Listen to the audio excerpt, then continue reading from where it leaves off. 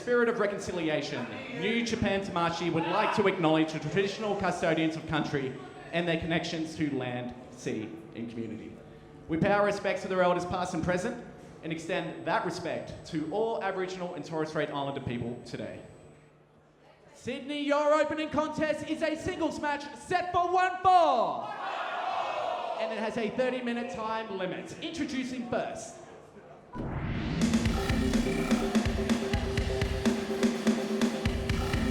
Ladies and gentlemen, welcome once again to New Japan Tamashii. We come to you from the beautiful, iconic Salinas in Coogee Bay Hotel in Sydney, Australia. And on our way to the ring right now, Charli Evans will kick off our show in absolute style. My name is Andrew Rose, with me my co-host Chris Gale. It is an honour to be back at New Japan Tamashii. Absolute thrill, Andrew Rose, and what an absolute thrill it is to see Charli Evans walking to the ring. They call her the violence artist with extremely good making her way to the ring, representing the Medusa Complex from Sydney, New South Wales. She is the violence artist, Charli Evans! An absolute icon of Australian wrestling, the violence artist Charli Evans kicks off tonight in absolute style. And her opponent.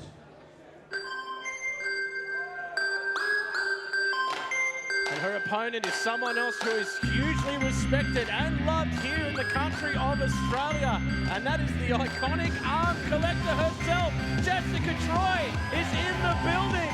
And Chris, this matchup is going to start this night off with an absolute bang. Jessica Troy, just always on the up and up in Australian wrestling, and a thrill to see her in a New Japan ring. But there's been an edge to her work lately, Rose, that slightly unnerves and me. And her opponent, representing the nations from Sydney, New South Wales, she is the arm collector, Jessica Troy! You talked about that edge, Chris, and Jessica Troy has. Both these women have historic history together and both have quite a hard edge, which we might see here tonight. But again, like, what a way to start off a show like New Japan Tamashii here in Sydney, Australia, with Charli Evans and Jessica Troy, Chris. This is fantastic stuff. And at Salinas Rose in the Coogee Bay Hotel in the east of Sydney, this is an iconic venue. Some of the greatest rock and roll bands have played here. Now some of the greatest wrestlers in this country and indeed any country are on display tonight.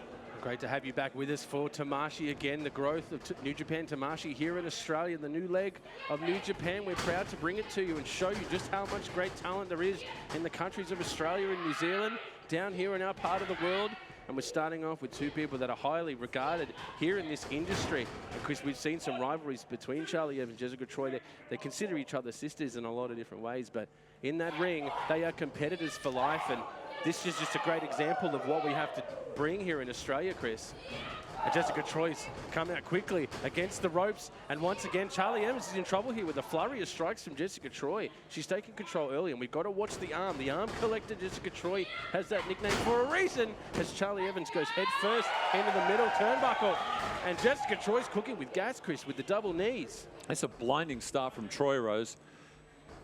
Kick to the face here on the outside. She is just brought it to Charli Evans, but as we know, Charli Evans can take a lot of destruction and bring it back. And like that, she saw her opportunity for the forearm. She's got Jessica Troy now, legs across the top rope.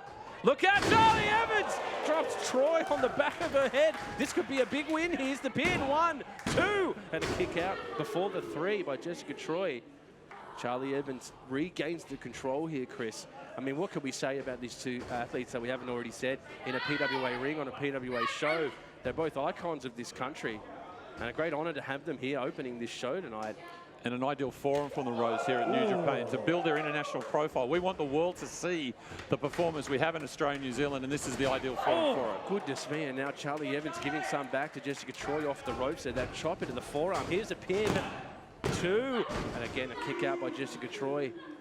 Former champion in PWA here in Australia. Charli Evans, as you said, she's competed all over the world in places like GCW. Great to have her here in New Japan Tamashii. The growth of New Japan around the world. We're honored to be a part of it. And Jessica Troy trying to stop that momentum there from Charli Evans. Charli Evans looking to lift Troy. And now Troy pushed off to the corner, stops herself though. Evans in and Troy with a quick back elbow there. A nice front boot to the face there. Charli Evans trying to cut that gap off, but Jessica Troy moving well, Chris. Again, off the ropes, up, over the shoulders, going for the Fujiwara armbar. She wants to get it finished. The arm collector has taken many scalps with that, or arms, should I say. There's a reversal. Charli Evans, a nice blow to the midsection there when she gets a bit of space. And the cheers for Charli come up against the ropes. Troy was ready for it, though. A big boot to the face here, Chris. I often wondered about the trophy room with Jessica Troy Rose. Oh! How many arms are actually hanging up in there? How many chins are hanging in? Charli Evans up that super kick, but Troy responds with a break buster, and both are down. Chris, like you said, this beautiful Selena's venue, an iconic venue here in Sydney, Australia. Some of the greatest bands in the world have played here, and it's an honour to be here with the growth of New Japan Tamashii. Charli Evans, Jessica Troy down. This would be a big step for whoever can get to their feet here first. Both have taken a lot of damage, Chris. And a lot of appreciation from this crowd for both wrestlers, Rose, as they both seem to have recovered from that stunning brainbuster, but it's well, they're tough built, work out there. They're built harder here in Australia, Chris. They're built very, very tough. And it's one of the big things about Tamashii for us is we want to show just how damn good our competitors, our athletes are in this country. And there's no bigger conversation than these two. Charli and Jessica Troy are going blow for blow here. They know how important this win would be in front of an audience like New Japan Tamashii, watching around the world. Up onto the shoulders, Jessica Troy rolls through into a pin. Charli Evans reverses it, a one for herself. Now Jessica Troy with the one. Referee working overtime here, another one. As they break, and neither competitor can get an upper hand here in the pins. Oh, Evans with a nice back elbow there. These two know each other so well, Chris. That's tough on the referee's arm there, Rose. It's a lot of work. A lot of work. Nice running boot there by Charli Evans. She's got the speed and she just stays on you.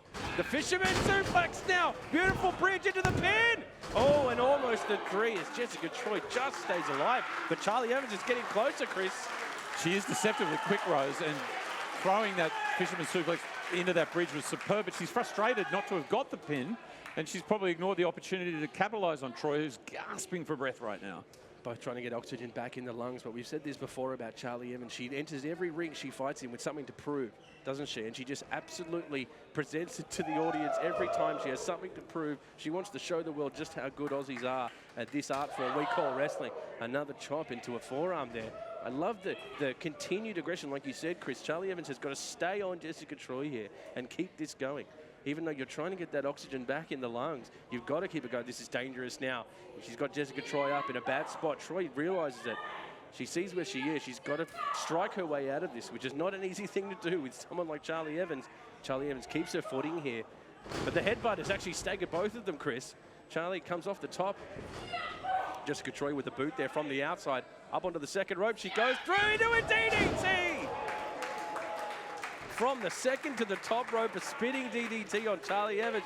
Jessica Troy sees the opportunity, gets the ropes, a meaty horror, the double knees. Here's a pin, two. Oh, and almost a three, but she's straight into the Fujiwara armbar. Jessica Troy has taken many arms like this, and Charli knows it. She rolls through. Jessica captures her in a pin, and there's the three. Chris, that was fantastic. The winner of the match, the arm collector, Jessica Troy. Some veteran experience there, Chris. Jessica Troy saw the reversal coming, caught Charli Evans in a pin, but a fantastic match by both competitors. Absolutely. High IQ wrestling there from Troy Rose. She was in the armbar and then saw the counter from Evans, so she improvised and came up with the pin. Absolutely superb. A fantastic debut for both on New Japan Tamashii, and a fantastic win for Jessica Troy. Two competitors exchanging pleasantries. Great respect. Charli Evans gives Jessica Troy the ring that she earned with that win. And Jessica Troy moves forward with a win in New Japan Tamashii.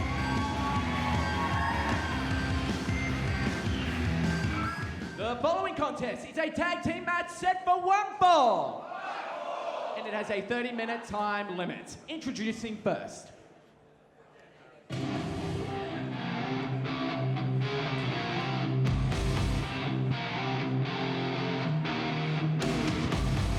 Chris, one of the shining parts of New Japan Tamashii is that we get to see a lot of the future talent coming through the NZ Dojo, the Fale Dojo.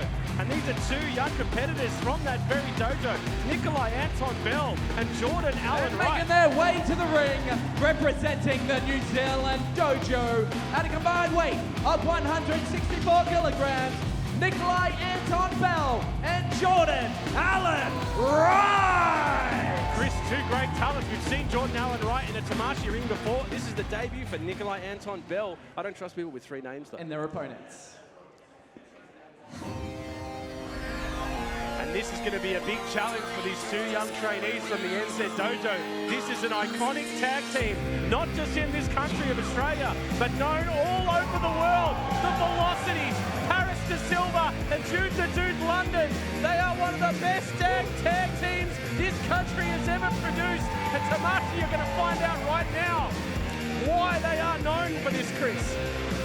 What can you say about the VeloCities we haven't already said? Fantastic talents.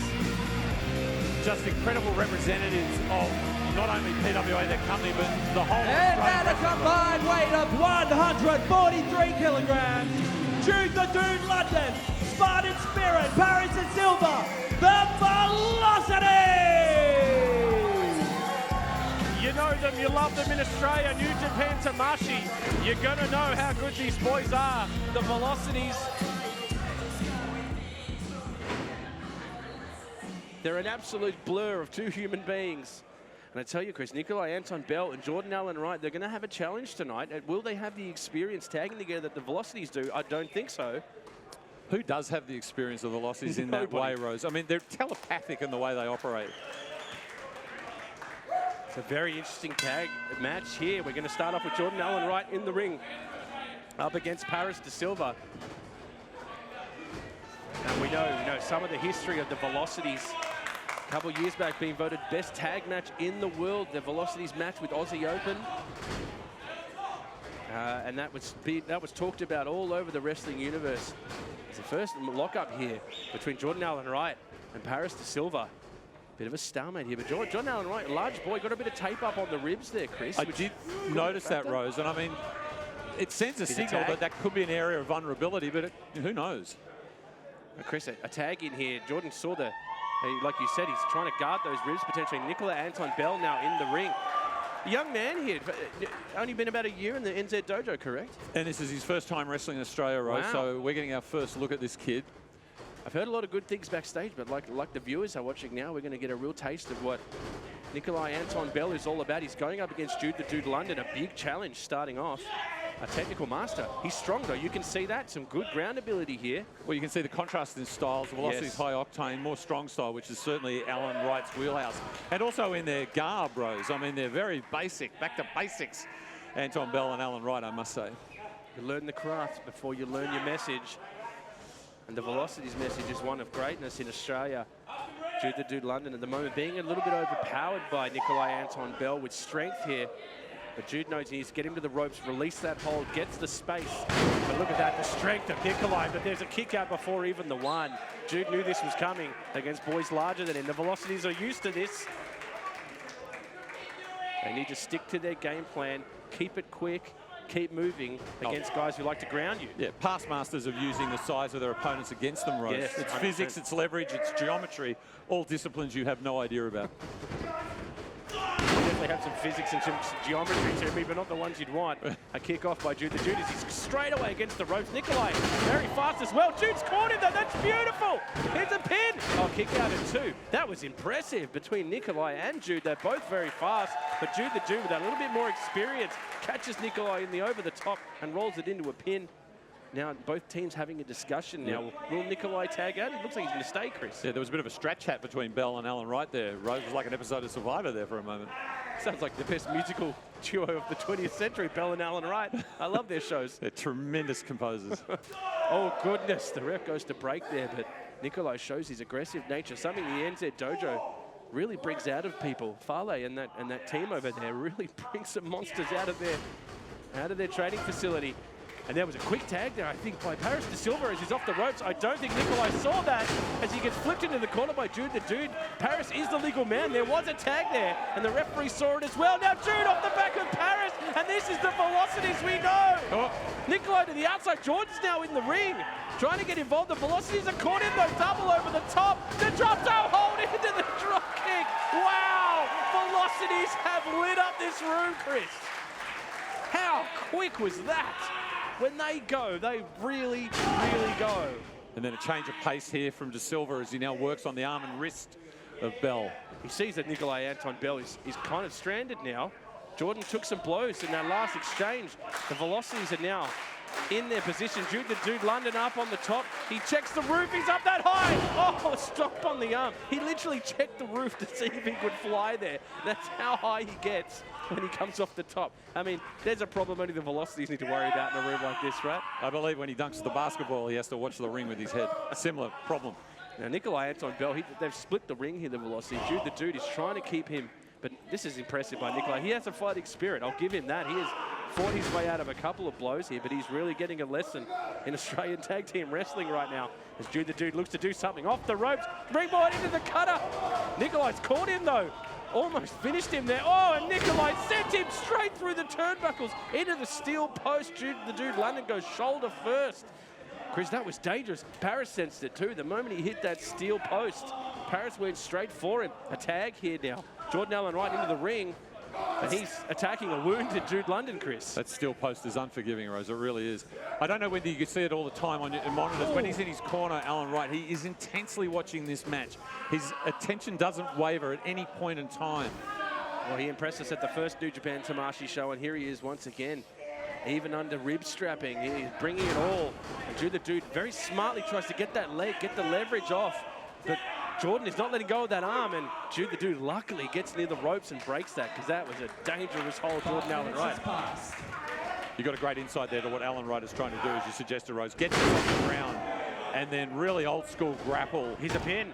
Jordan Alan-Wright kick out it too. Yeah, you're right, Chris. London into submission, yeah. Yeah, ground them, pound them, don't let them fly. I mean, that would be the game plan of a lot of teams going up a team against a team like the VeloCities, but you can see that Jordan has the plan and he's helping Nikolai Anton-Bell through it. But look at him wrench on this arm. It just boggles my mind what goes down in the NZ Dojo to teach these boys these kind of things. I think it's intense, I think it's serious, I think it's fearsome. The VeloCities, of course, hated COVID because all flights were banned during COVID. Remember that? Headbutt there from Alan-Wright. It's a savage headbutt. It's going to take you out of action for a bit. He smartly gets the tag to Nikolai Anton-Bell. This kid is impressing me, Chris. He's got the aggression. He's bringing it here for his first time in Sydney. His first time wrestling in Australia. He's really brought it. I respect that about him. And Jude the Dude once again now caught in the middle of the ring. The roles have been reversed and Nikolai Anton-Bell has his chance here. This is the NJPW boys' pace, Rose. This is how they like to play. You're right. I mean, they teach them this. The great Fale would probably teach them this at the NZ Dojo as well. These boys fly around the ring. You've got to ground him. You've got to hurt him. You've got to make him submit. The crowd here, Coogee, willing the VeloCities on, willing Jude to fight out of it. And once again, Nikolai Anton-Bell brings the knee to the midsection. Against the ropes, Jude saw it coming and gets a boot. He gets a bit of space here. Jude can get a tag. He's gone to the wrong turnbuckle, Rose. Nikolai comes after him. He gets an elbow. Again, a bit of space. Jude's got to try and find this tag. Here's Dees, though, Chris. Again, Nikolai Dees walks into Jude, grabs his elbow, and Nikolai has just grabbed the leg here, stopping the tag to Paris de Silva. I think both men were dazed there, but Nikolai just was able. That's beautiful. Into the leg lock. Tags in Jordan Alan-Wright. I mean, we were questioning whether these two young boys from the New Zealand Dojo were going to be able to work together. I think they're working together fine so far. Seamlessly, Rose. They clearly don't have the mind communication that Paris and Jude do. But right now, the communication is tag me, Jude, and Jude cannot get anywhere near to his corner of the ring where Paris is dying for a tag. And Chris, any more damage on this left elbow could be some serious permanent damage for Jude London. He needs to think about maybe letting this one go if the damage is too bad. Long-term implications. They may not have the mind work, Rose, because they have two pairs of big black boots and they're doing all sorts of mayhem. Oh my goodness, on the bodies of the VeloCities. Oh, London is in excruciating agony there. He is so strong. He just shoulder charged Jude right on that bad shoulder and held onto the wrist as well. The pain going through Jude's arm right now. And Paris is just trying his best to will Jude on to get anywhere closer.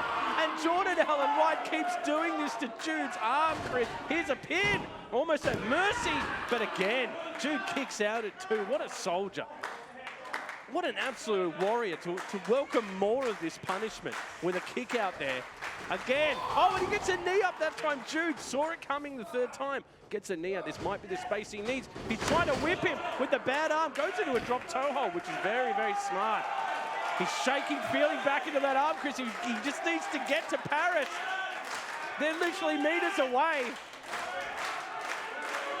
The crowd willing Jude on. Can Paris get the tag? There's a tag to Nikolai. Nikolai tried to stop Jude, and once again, Nikolai, oh, Jude though with a stunner right on the chin, on the top of the head, and there's the tag. De Silva is in the match. Nikolai taking it from an angry De Silva who's been on the outside for way too long and wants to get involved. Underneath the clothesline, De Silva. Wow, De Silva explodes, Chris. With authority there, Rose. Here comes Alan-Wright again. Flurry And of De kicks. Silva says, welcome. Just so quick with those strikes. It's unbelievable. Once again, Nikolai Anton-Bell, who's impressed us no end. He's refusing to give up here. Takes a boot to the face in the corner from Paris De Silva. Silva now looking to do something dangerous. Wow! And back to his feet. The human highlight reel is winding up. And here we go. He smells blood against the rope. DDT by Paris De Silva. Here's a pin. 1, 2. Oh, and almost a win for the VeloCities. Chris, massive point for Nikolai Anton-Bell for that kick out. It's the first time we've seen Bell, Rose, but gee, I'm enjoying what we're seeing. A lot of courage there. He's non-stop energy, and he's really digging deep to stay in this match because De Silva is very much in the ascendance. De Silva's in his happy place right now, flying against the ropes. He's been caught, no! And Nikolai just drops him like a sack of potatoes. Look at this, the one leg. And he is literally bending Paris De Silva the wrong way. 10 minutes passes, De Silva gets to the tag. And Jude later, I don't think Nikolai saw that tag though. He's still in the submission. And Jude's gonna capitalize on this. Look out! Oh, huge stunner by Jude. Paris gets his way out of the ring and now Jude has control. Whoa, spinning kick to the back of the head. You heard that in the next building. Again, now Jude trying to keep Jordan Alan-Wright out of the ring. He's been caught up on his leg. No, he's in awful trouble there. He's tangled in the ropes. Danger there. Referee's come to the assistance. Though. Paris De Silva's up the top though, incoming! Oh my goodness, here's the pin. 1, 2, 3, a big win for the VeloCities. Your winners of this match, Jude the Dude London, Spartan Spirit, Paris De Silva, the VeloCities. A big win for the VeloCities. Both men and the team taking a lot of damage in that match. Chris, you've got to give it to all 4 competitors. Once again, a great showcase of the talent we have. Wonderful showcase, Rose. A lot of punishment meted out. VeloCities victorious, but Bell and Alan-Wright take a lot of credit for their performance. A fantastic showing by the VeloCities. They roll on as an iconic tag team. Respect to the NZ Dojo boys. The VeloCities ride high here tonight at Tamashii. The following contest is a singles match set for 1 fall. And it has a 30-minute time limit. Introducing first.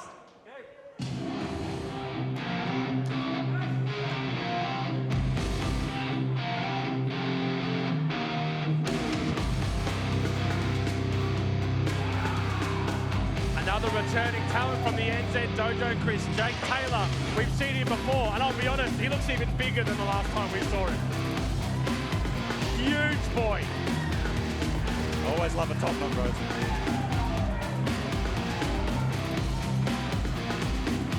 And making his way to the ring, representing the New Zealand Dojo, weighing in at 110 kilograms, Jake Taylor. Another big talent from the NZ Dojo. He is massive. Big boy. And his opponent.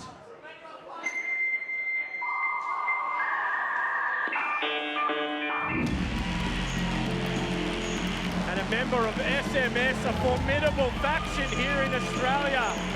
What an absolute talent this man is. Carter Deams gets better every time we see him. And Chris, this is going to be a very interesting matchup. Swagger v size. You happy he's wearing a picture of himself on his chest?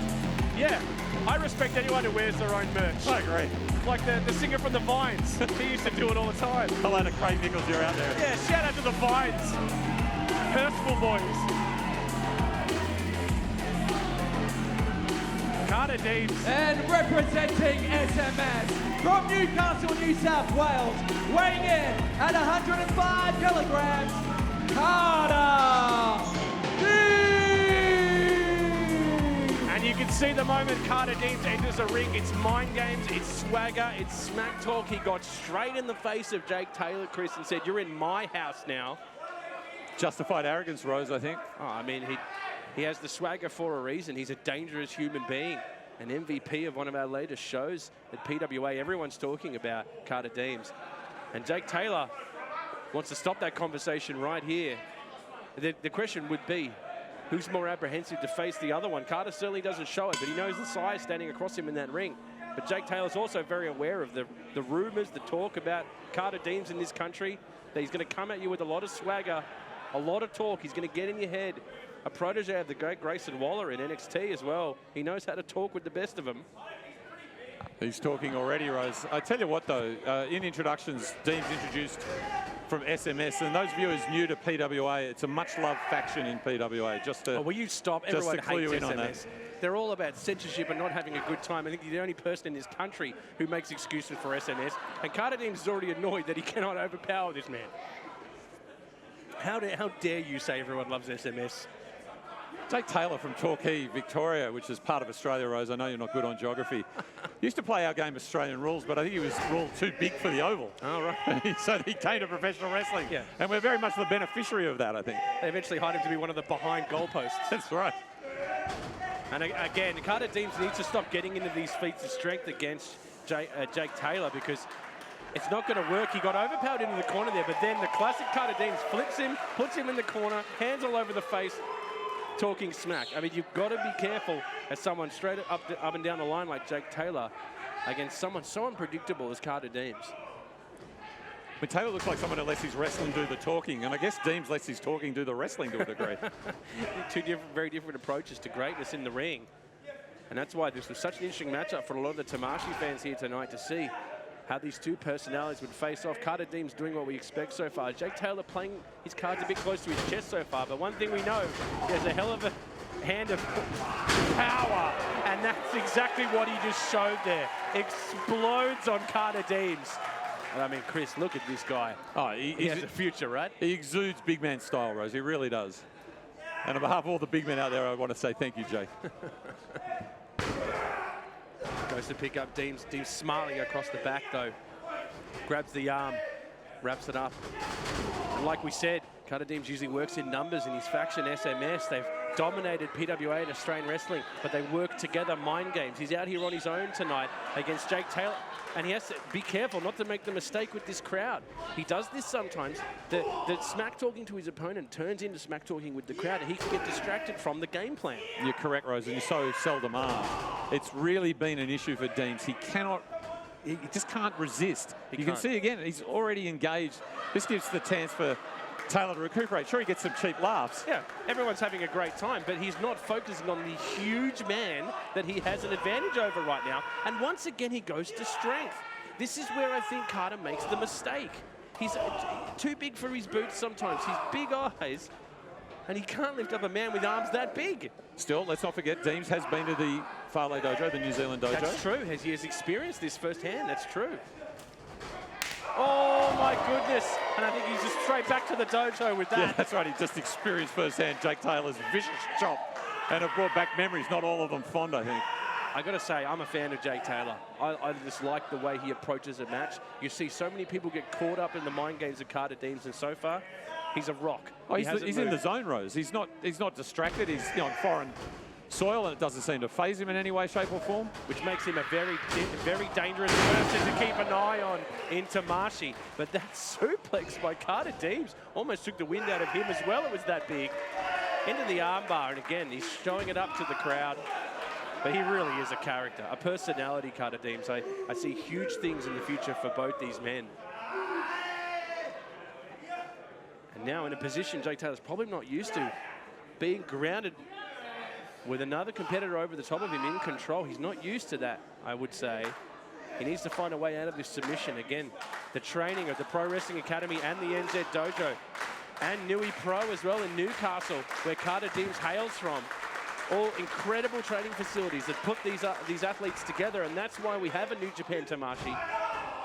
A lot of love in the room for Taylor. Not only NZ Dojo, he spent time in Japan as well, Rose. So he's well-travelled, he's well-grounded, and he's well-versed in the art of professional wrestling, I believe. And he's like a worn-in pair of leather pair of jeans. He's absolutely taken a beating. You know it. When you go to Japan, you know how to take a beating after that. But that's your pathway to success. Absolutely, absolutely. Every beating is another brick in the wall, another step up the ladder, Rose, to where you need to be as a professional wrestler. And what that does is, when you get put in a situation like this, when you try and power out of this arm submission and get put straight back into it, you know that pain is coming. Carter Deams are having an argument with the referee about the 5 count. But yeah, like you said, it just makes you tough, Japan, doesn't it? It makes you a tougher person than you ever imagined you could be. And both these men came back from Japan, tougher human beings. Wow, Carter Deams once again trying to get into the head games. But you might be poking the bear here, Carter. Okay, this is the first real challenge for Taylor in terms of maintaining composure. So far, so good. Carter Deams seems to be holding his own against a battle of blows here with Jake Taylor. That one rocked him a little bit. Again, back to the talk. Jake Taylor, he might be buying into it a little bit, Chris. Oh, but that's stunned Deams. No, he's playing. No, that's Deams just once again. False sense of security. The kick to the midsection, clubbing blows, and Deams once again has the control. Because like you said, that test on Jake Taylor, he kind of fell for it, but Deams has been caught in a response by Jake Taylor. I mean, this is real mind games, this match. I thought it was going to be a physical showing between two athletes, but there's been a lot of mind games. But if you're in Deams' boots, you'd be thinking that you possibly don't have that physical edge that you highlighted earlier. So you've got to find that extra dimension. Yeah, and there's only so many times you can try the stuff that Carter Deams does and get a response in a slam like that, and you can't take it anymore. There's only a couple of those that Deams could take from a man the strength of Jake Taylor. So he needs to play this smartly from here on in. Plan A and B haven't necessarily worked so far. But I do respect both men on their knees right here, blow for blow. It just shows you what New Japan Tamashii means to these athletes, what an opportunity it is for everyone to be involved with New Japan and to grow it in this country. Back to their feet, Jake Taylor with the blow. Oh my goodness, Deams with the chop. Taylor wants to respond. This is getting dangerous. Right now, Deams is dictating terms, Rose. He is, but those blows with Jake Taylor brings him back every time. He has the strength. Deams has the fight, though.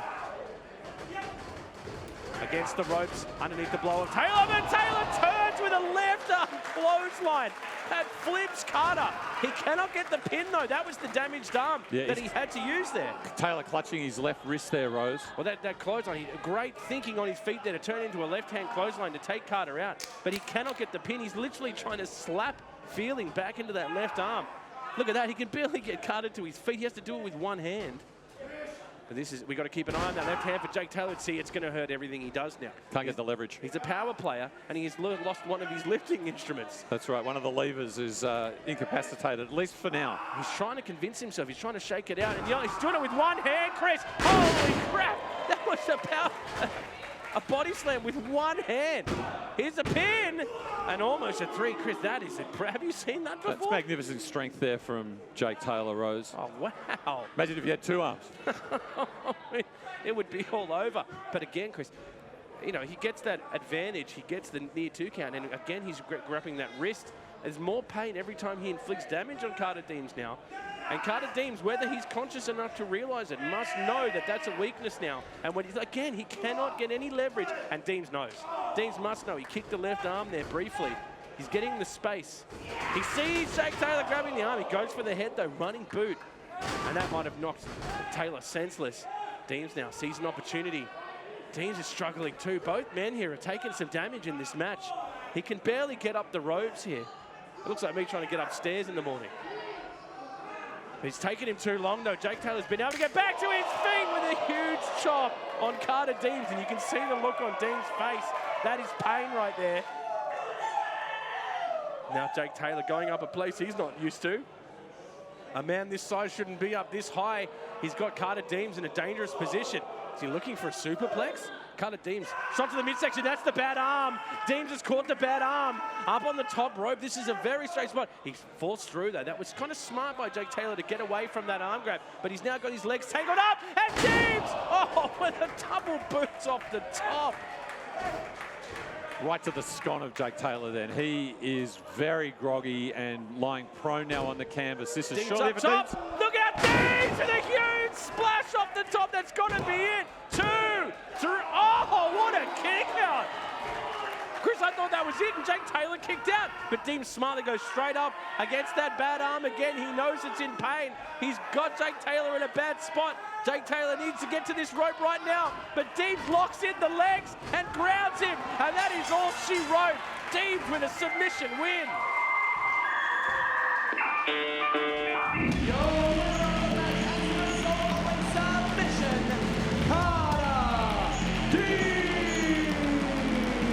Chris, I love that. I could have watched another 20 minutes of those guys. Terrific match, Rose. Well done to both competitors, but at the end, Jake Taylor was put into a world of trouble by Carter Deams there with the submission. And a great win for SMS, and this will be hugely and warmly received all round. No, it will not. Australia, what a terrific result for SMS. No, it will not, but you cannot deny Carter Deams, the mind games, the expert ring IQ. He was able to get one of the largest men on this roster down on the ground and submitted. It's a great effort and a great match by both competitors. The following contest is a tag team match set for one fall. And it has a 30-minute time limit. Introducing first.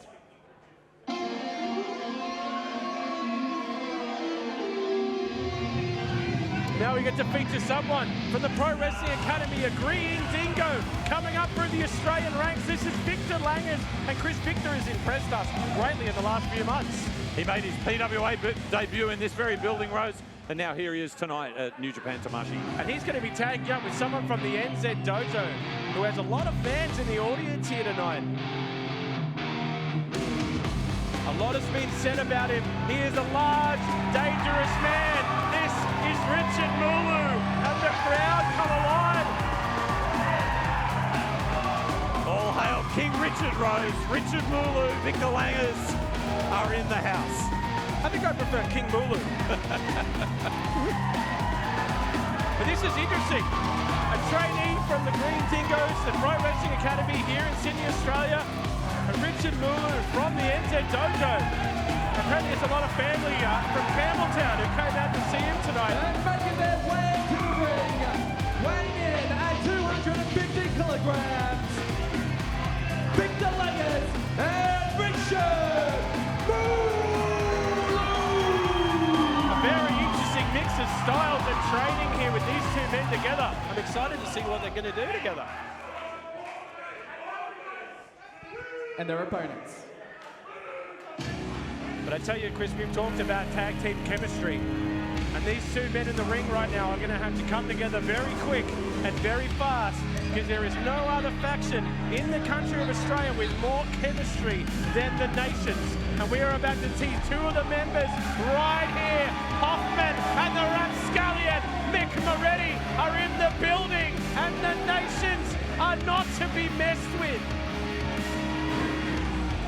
And their opponents, the head of the beast, Adam Hoffman, the rapscallion, Mick Moretti, the Nation! The Nations have run this country for years. They are in sync. They are untouchable. Moretti and Hoffman. We saw Jessica Troy earlier as well, another member of the Nations. In fact, the last time the Nations were all in a ring together was here at Salinas, That's Rose. true. The three you mentioned, along with Jack J. Bonza. So this ring holds a lot of emotion and weight for the Nations boys. So Yes. they feel right at home. And we will discuss where Jack J. Bonza sits in the working of the Nations later on tonight. I'm not sure whether Langaz and Mulu had met before today. I mean, talk about your contrast. These guys certainly never tagged together. Two hungry men who want to get an opportunity here, and meanwhile Hoffman and Moretti are trying to figure out who goes first. They're both so keen. I think Hoffman won the scissors, paper, rock. Was that what they were doing? Hoffman, another icon of the Newcastle area, will face off against Viktor Langaz. We talked about Langaz, a bright future, a young man in the PWA, coming up in the PWA part of the Green Dingo system, which is, I guess, our interpretation of the Young Lion system over in Japan. I agree. And right now he's being grounded by an expert in Hoffman.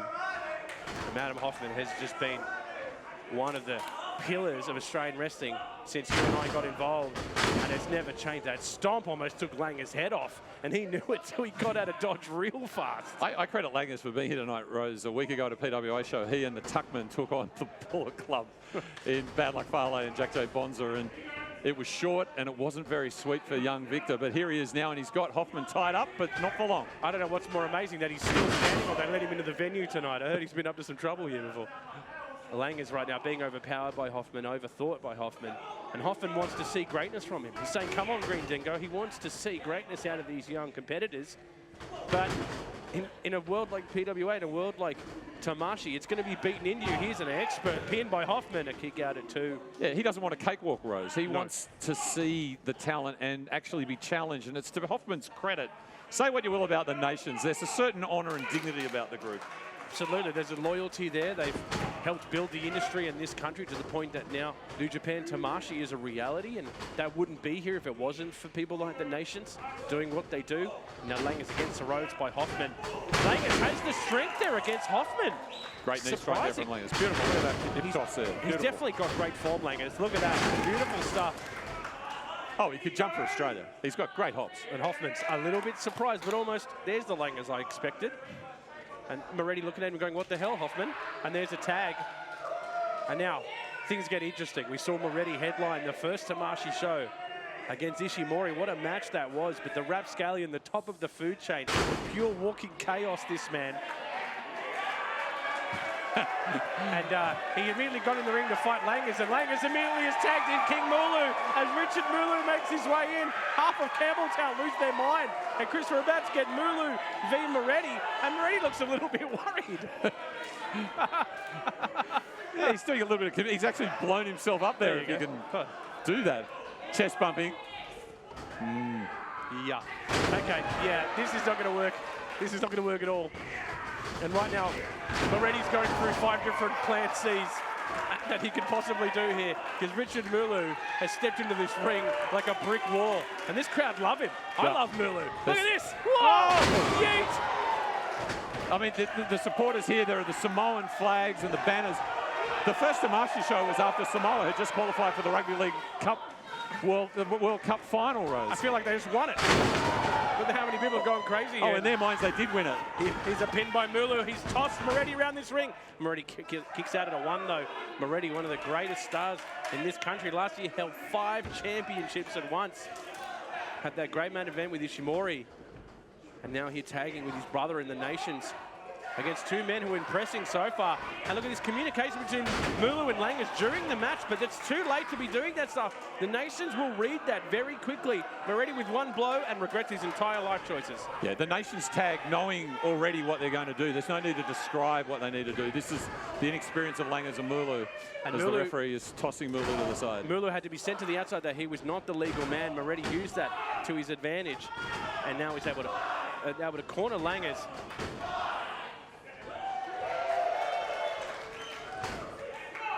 Frustrating Mulu a little bit there, and Moretti, just the king of the mind games, the rapscallion himself.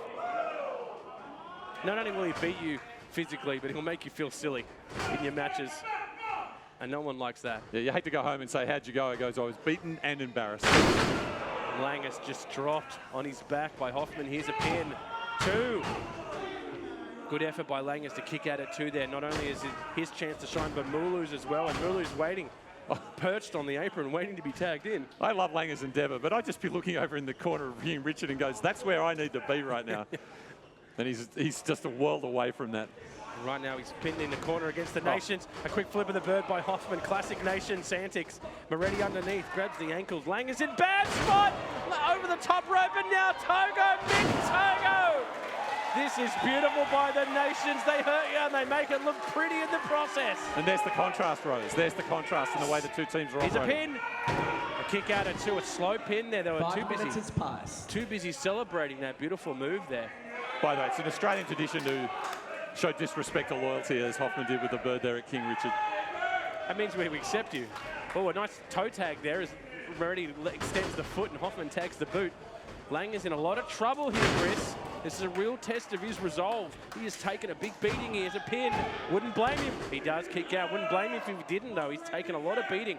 He's still conscious, though. He's still got his arms stretched towards Mulu in the corner here. He's at least pointing in the right direction. He understands what the goal is here, the mission, but he is just being absolutely brought to the cleaners by the Nations right now. And Hoffman is great at cutting off a ring. He knows exactly how much space he can give his opponent. And right now, this is the confidence. I know that I've got him. He'd make a great watch, Hoffman, because his precision is first rate. He'd be a great lifeguard at a swimming pool. He knows exactly how close anyone is to Here danger. we go. Speaking of being in a swimming pool. Surfs up. Hoffman, eyes on Mulu. We're down by the beach here at Coogee. And he looks to do some damage to Langaz. A tag while he's in that. Langaz in a bad spot. And Moretti's looking to do damage. Oh my God, the double knees on the back of the head. The Nation's in control. Here's a pin by Moretti. Another big win. No, kick out at 2 again from Langaz. You got to respect that. No, he's a tough kid. He's a tough kid. That's why he was chosen for the Pro Wrestling Academy. His strength and his heart. That's what the Aussies bring to this game. Mulu is so keen to get back in there. He is very, very keen. And so is half of Campbelltown, who's here to cheer him on. Langaz trying to blow out. He's trying to actually literally get the tag while in this submission. Moretti notices it and turns his body away from Mulu, trying to get the movement back towards his ring. He calls for Hoffman. Hoffman takes out Mulu. This is against the rules. Mulu's not happy about it, though. And Mulu's getting in the ring, and Hoffman's getting out of the ring. The referee needs to take control here, Rose. Well, this is exactly what the Nations do. The referee now preoccupied with Mulu allows Nations to strike together. Oh! That's got to be it for Langaz. Call mercy on the young man. Here's a pin. 2, 3. No, again, wow. Langaz kicks out. Wow. He's doing this not for just for himself, but for Mulu as well. And for the Mulu fan base. He doesn't want to disappoint them. Call them Mulu heads. Mulu maniacs. Yeah, the Mulu maniacs. I like that.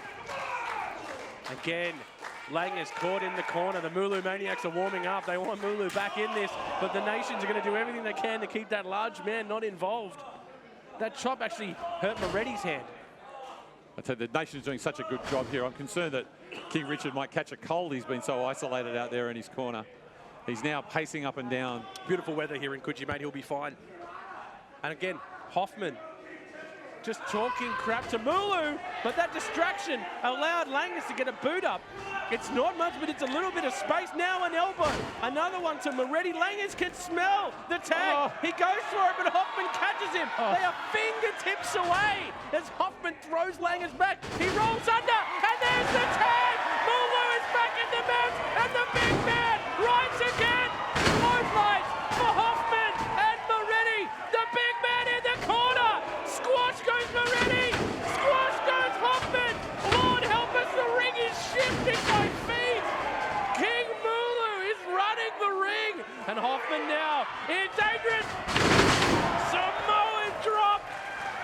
Here's the pin. 2. Oh, and almost a huge win for Mulu against the Nations. Chris, that would have shot him to the top. What a story it would have been, Rose, and how appropriate it would have been off the Samoan drop. But Hoffman, he knows how to survive. He knows how to persist. He's got incredible will, an indomitable will. He's kind of unconscious at the moment, but he's still in the match. I don't even know if he felt that. He's taking a lot of blows. Mulu wants to flatten him once and for all. Goes for the leg drop. I'm telling you, man, every time Mulu does something, this whole ring shifts. He came in there off the tag and absolutely flattened the Nations.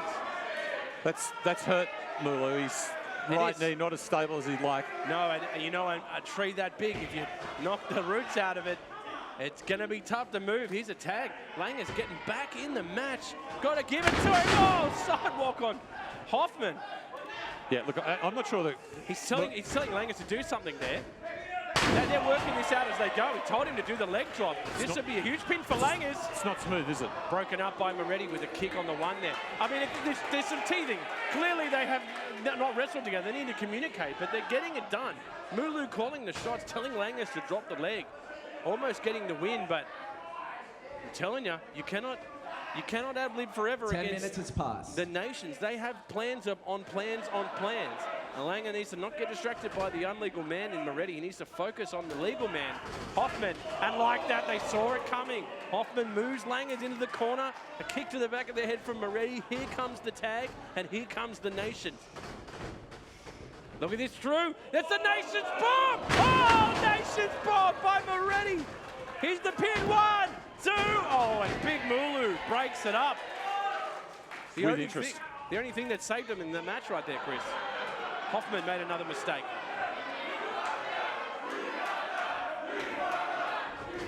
Oh, gets tossed into the corner by Mulu. Man, Mulu is incredible, isn't he?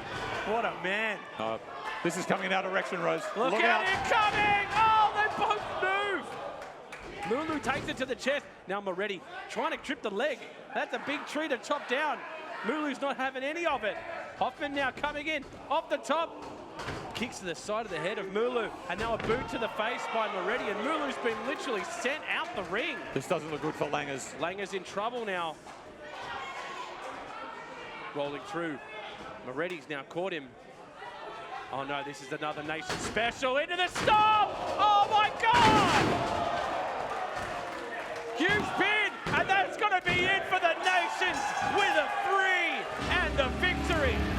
Your winners of this match, Adam Hoffman and Mick Moretti, the Nation! Chris, there's no denying the nations are formidable, untouchable. Moretti and Hoffman get it done again. But Viktor Langaz and Richard Mulu are in my good books. What an effort. Oh, I want to pay enormous respect to the effort of Langaz and Mulu there, Rose. I mean, to be able to give that level of performance, really just first time together, absolutely extraordinary. But the nations prevail, and don't they know it? Unstoppable, the nations. Moretti and Hoffman ride tall here at New Japan Tamashii.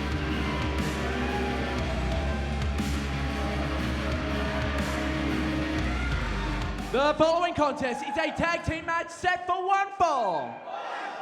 And it has a 30-minute time limit. Introducing first.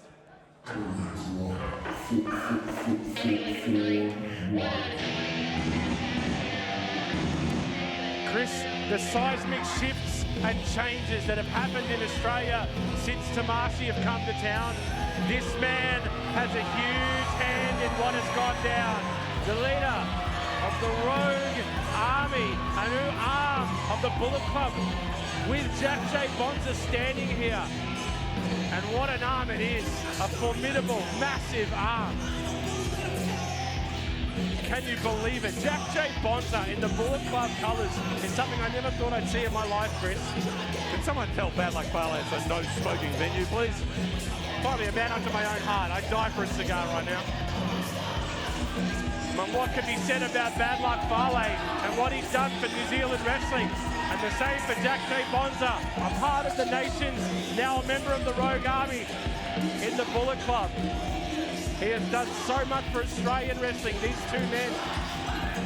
And making their way to the ring, representing Bullet Club at a combined weight of 275 kilograms. The Rogue Army's Jack J. Bonza and the Rogue General Bad Luck Fale! Fale and Bonza in the ring. The new generation of Bullet Club and the Rogue Army. And their opponents.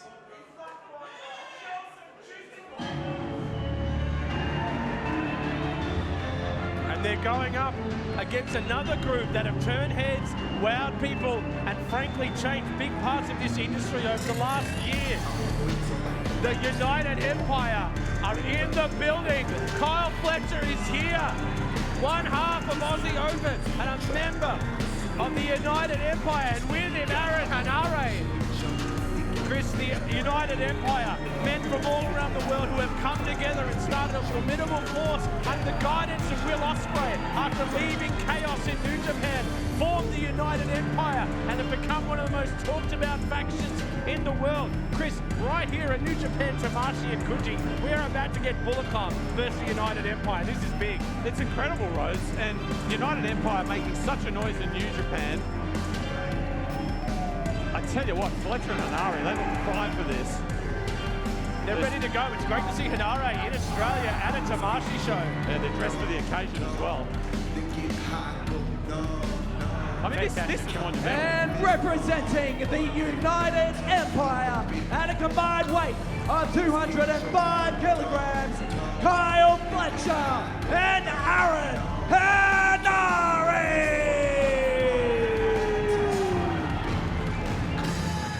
As you know, Kyle Fletcher, one half of Aussie Open with Mark Davis. They've done incredible things in PWA. Henare has grown and just strengthened himself over the past years as a member of New Japan and now a member of the United Empire. He's found a home there. And this is going to be a very interesting matchup because it's almost a new team in Fale and Bonza, only a couple months together since the formation of the Rogue Army.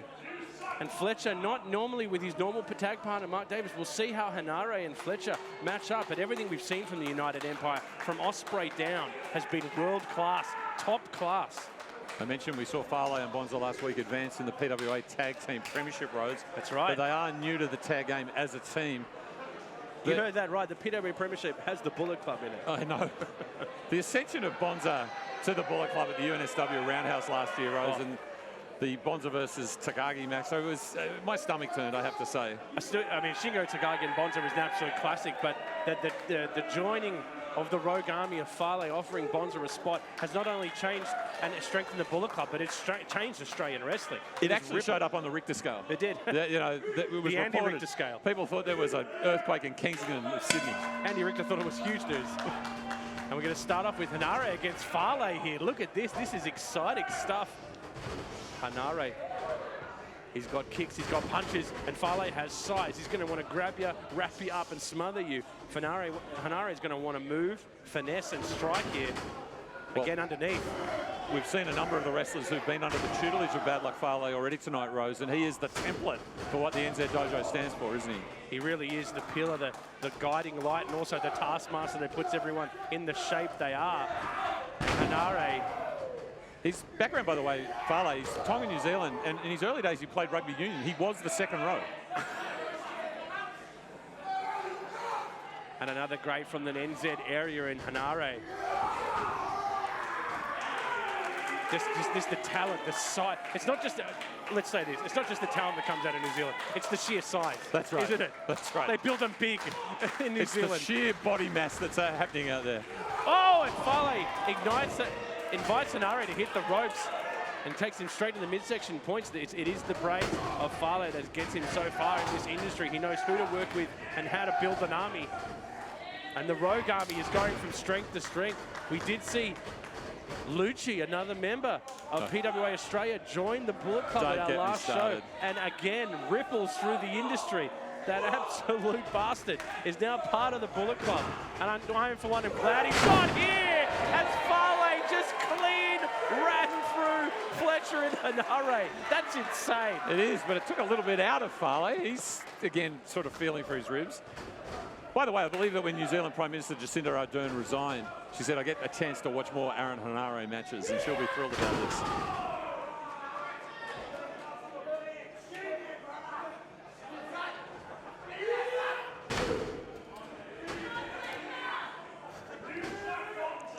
Bonza into the ring for the first time here with Kyle Fletcher. And Bonza, just an absolute icon of Australian wrestling. And Kyle Fletcher knows the position he's standing in this ring right now. And he is not going to back down from the man himself, Jack the Hammer Bonza, who has joined the Bullet Club, joined the Rogue Army and made it stronger than it's ever been in this country, starting to take over. And Kyle Fletcher is not going to let that go lightly.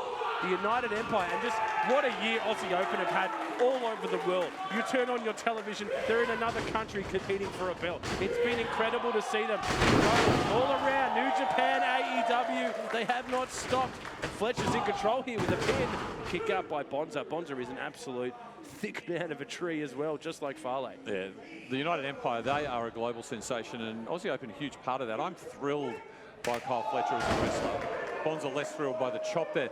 Do you think that Bonza is a little bit out of his comfort zone in that he's probably trying to prove his worth as part of this Rogue Army Bullet Club thing? Yeah, I think there would be a combination of Bonza trying to prove his worth to not only Fale, but to the people in this country who have watched Bonza for so long, but also to himself. I think he's wanted this for a long time, wanted to be taken seriously, wanted to be taken as a leader of an army, and I think he's found the most dangerous army in professional wrestling to be a part of.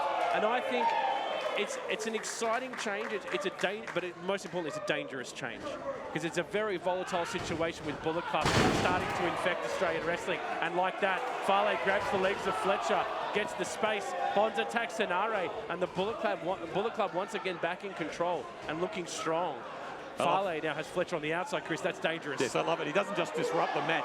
He takes it as an opportunity to wail some hurt onto Fletcher there. His head went right into the apron. And how Bullet Club do it right in front of the crowd. They want to do the pain, and they want you to see it firsthand. It's like a cooking demonstration at the Easter show.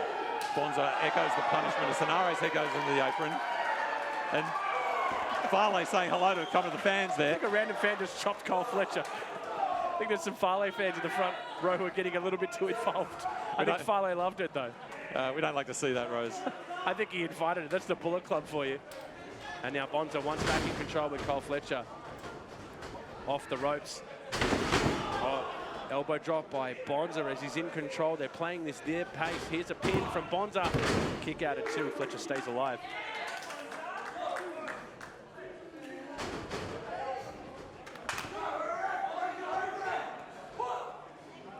I've got full of admiration for the referee in this match, Rose. He's working hard. he's got large men threatening his life left, right, and centre.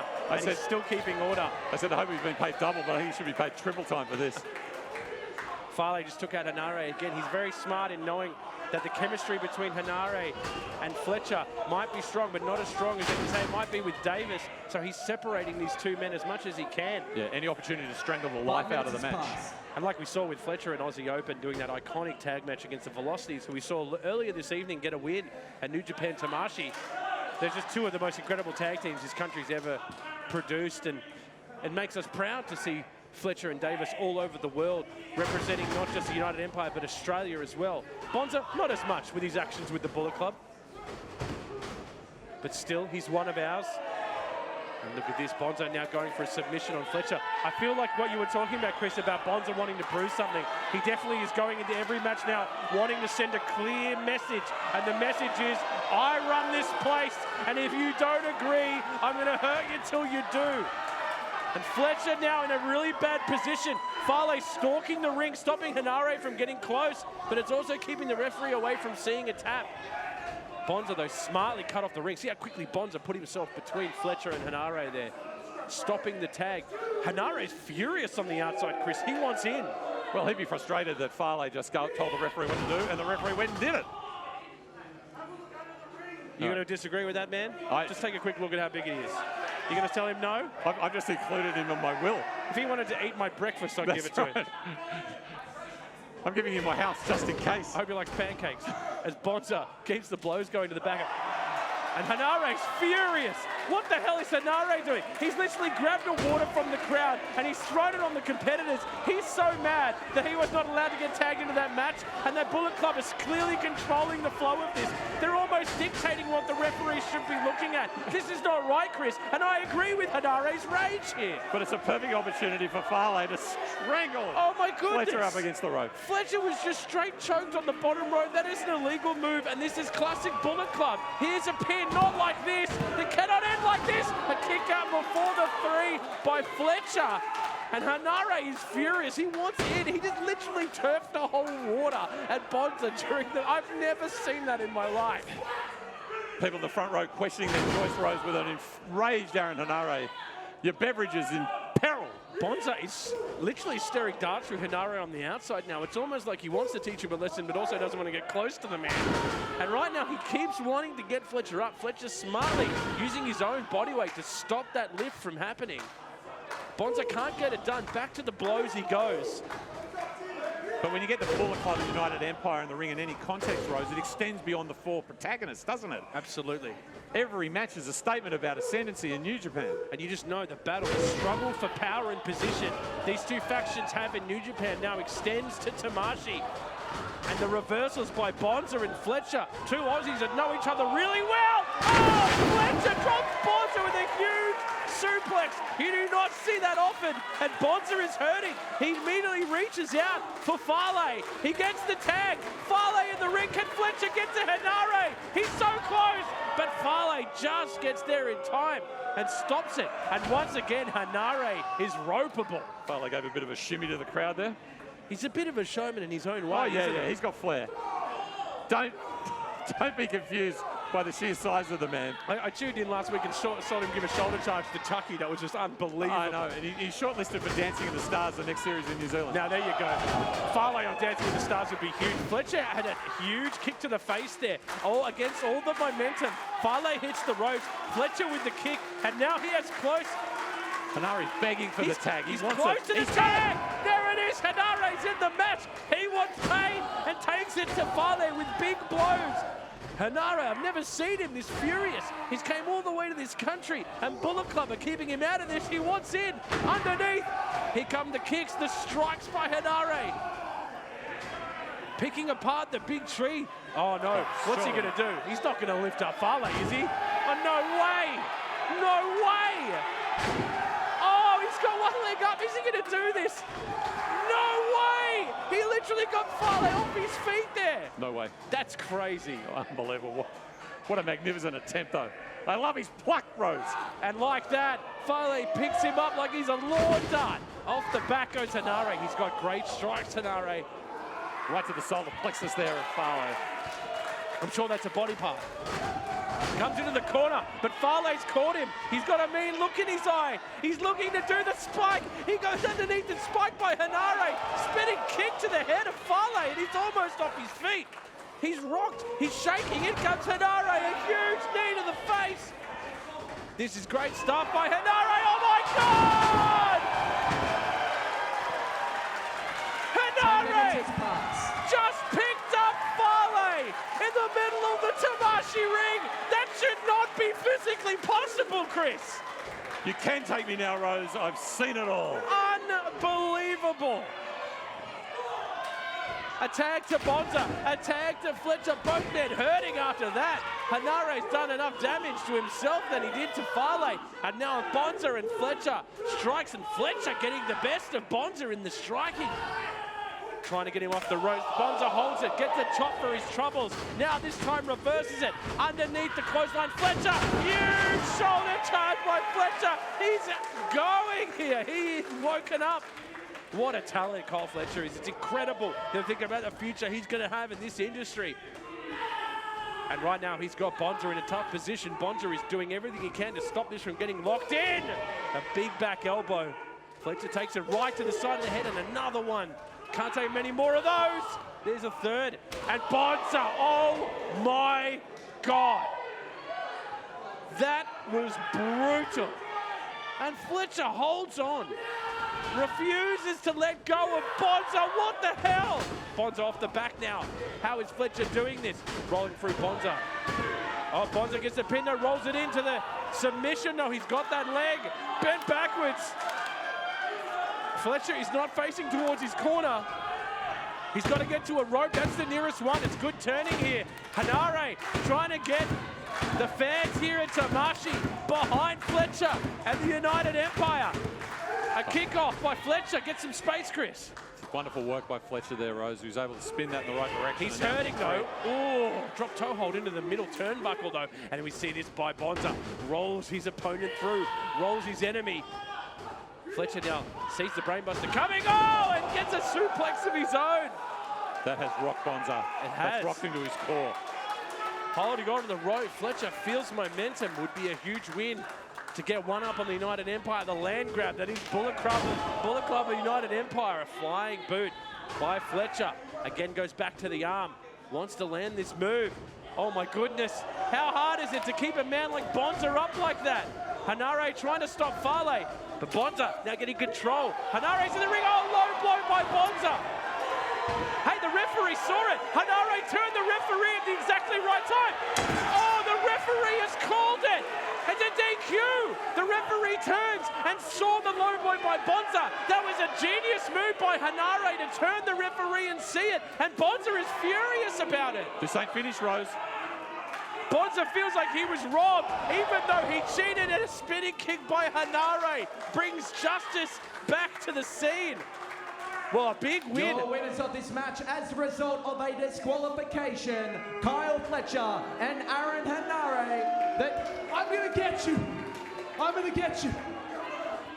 Bonza has grabbed the mic off the ring announcer. United Empire get a win by DQ. Smart move by Henare to get the ref right in the right spot to call that DQ. But Chris, this isn't over between Bonza and Henare. Well, it's only just begun, Rose.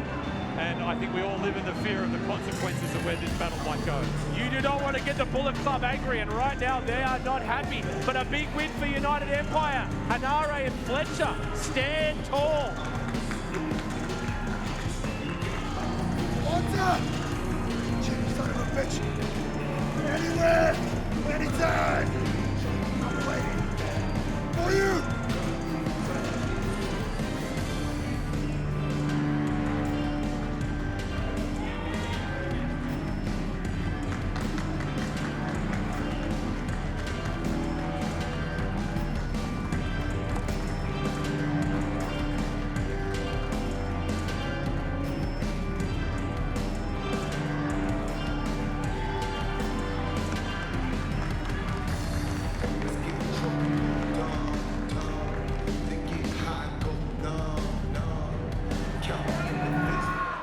The following contest is set for one fall. And it has a 30-minute time limit. Introducing first.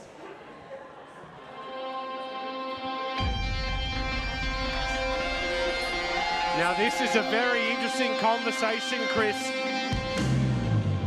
The growth of the Rogue Army, the new leg of the Bullet Club grows as Luchi is now in the Bullet Club and even probably more aggravating than he's ever been.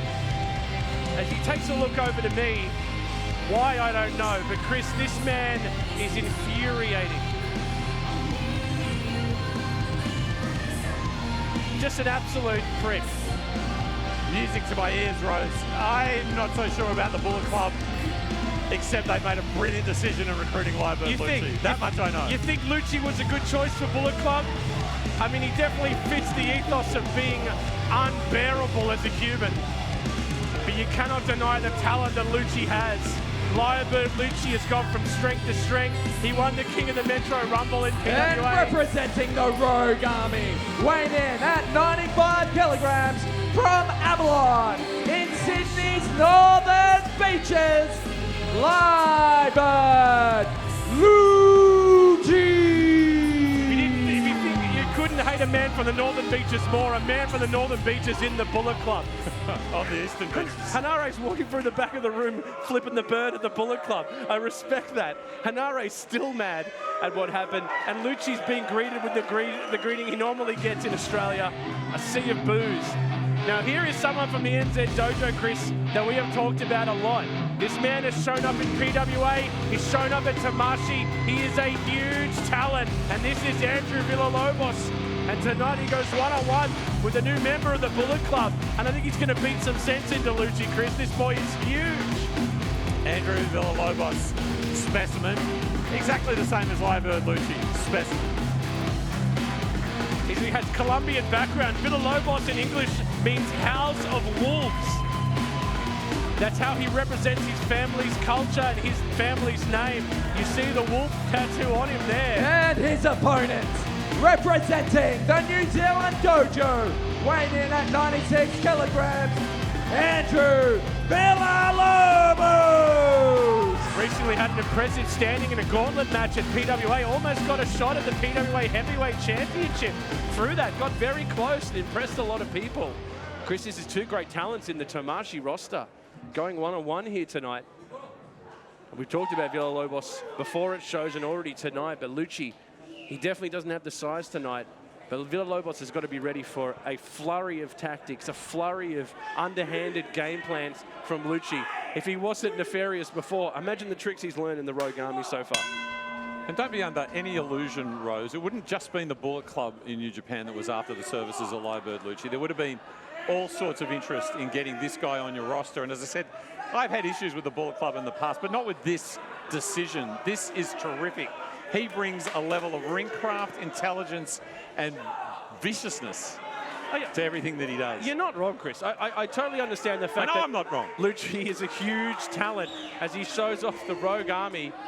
He's proud to be a part of it. He's a huge talent. I'm sure there was many groups that wanted the skills of Luchi, the future he's going to have in this industry. But it's his attitude that irks me. Could you really spend all your time traveling with a guy from the northern beaches?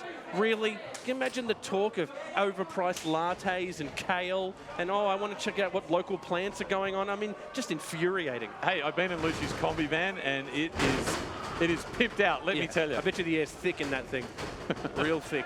As Villalobos goes to take control. He's a strong boy, Villalobos. And like that, Luchi does what he does best, runs for the hills.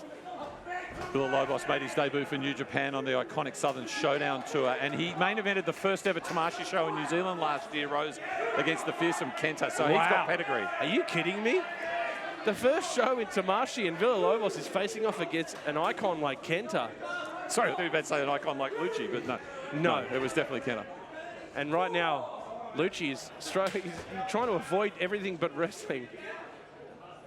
And Villalobos is like, you ready to go, mate? He's been patient with him so far, Villalobos.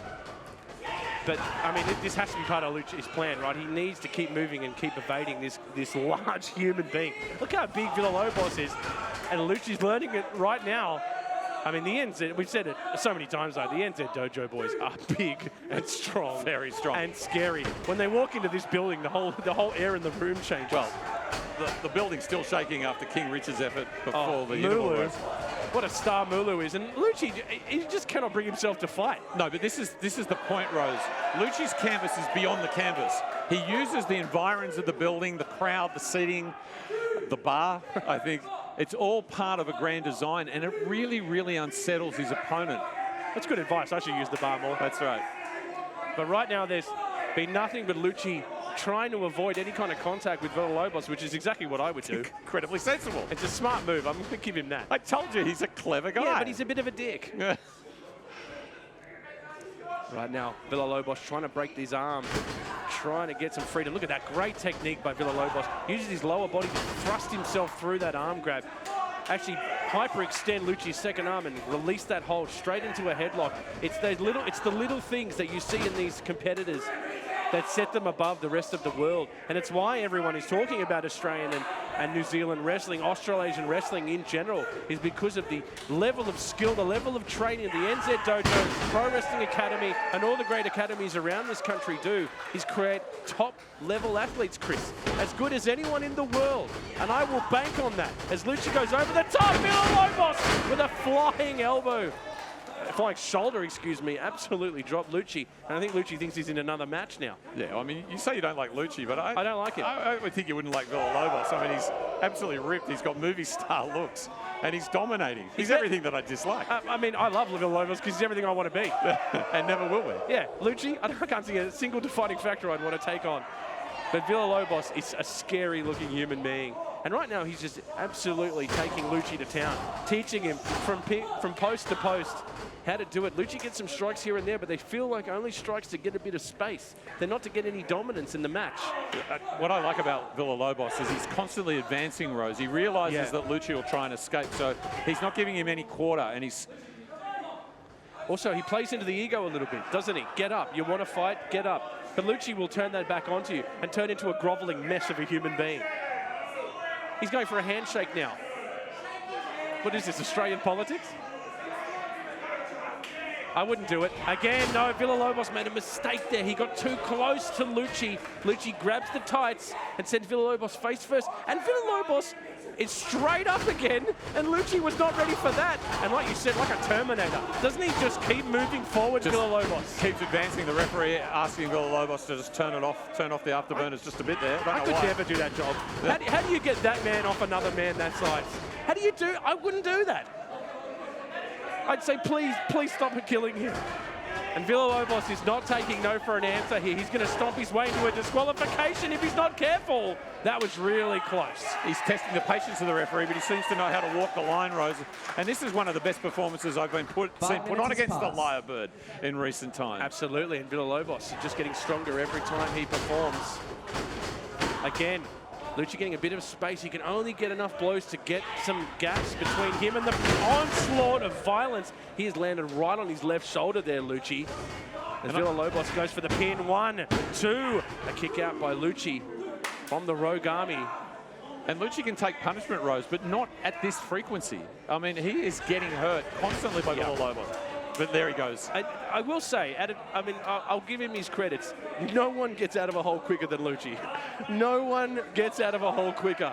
He feels someone's hands on his ankle and he's gonski. He's out of there.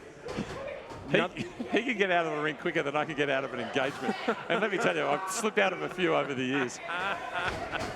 Oh, Villalobos has gone forwards one too many times. And all Luchi had to do was move there and use the momentum of Villalobos to go straight into that ring post. Shoulder first, Chris. That's potential permanent damage on those posts right there. And as I've been wanting to say in the past, Rose, those ring posts, Australian steel. I mean, it is unforgiving. It is world class. That's like our meat. As Luchi now, the meerkat almost pops his head up and notices the pain that Villalobos is in on the outside. And immediately he's going to take this opportunity to catch a breath, annoy some people. The referee's count is getting up here, Rose. Luchi will take a win however he can get it. That's the 9 count.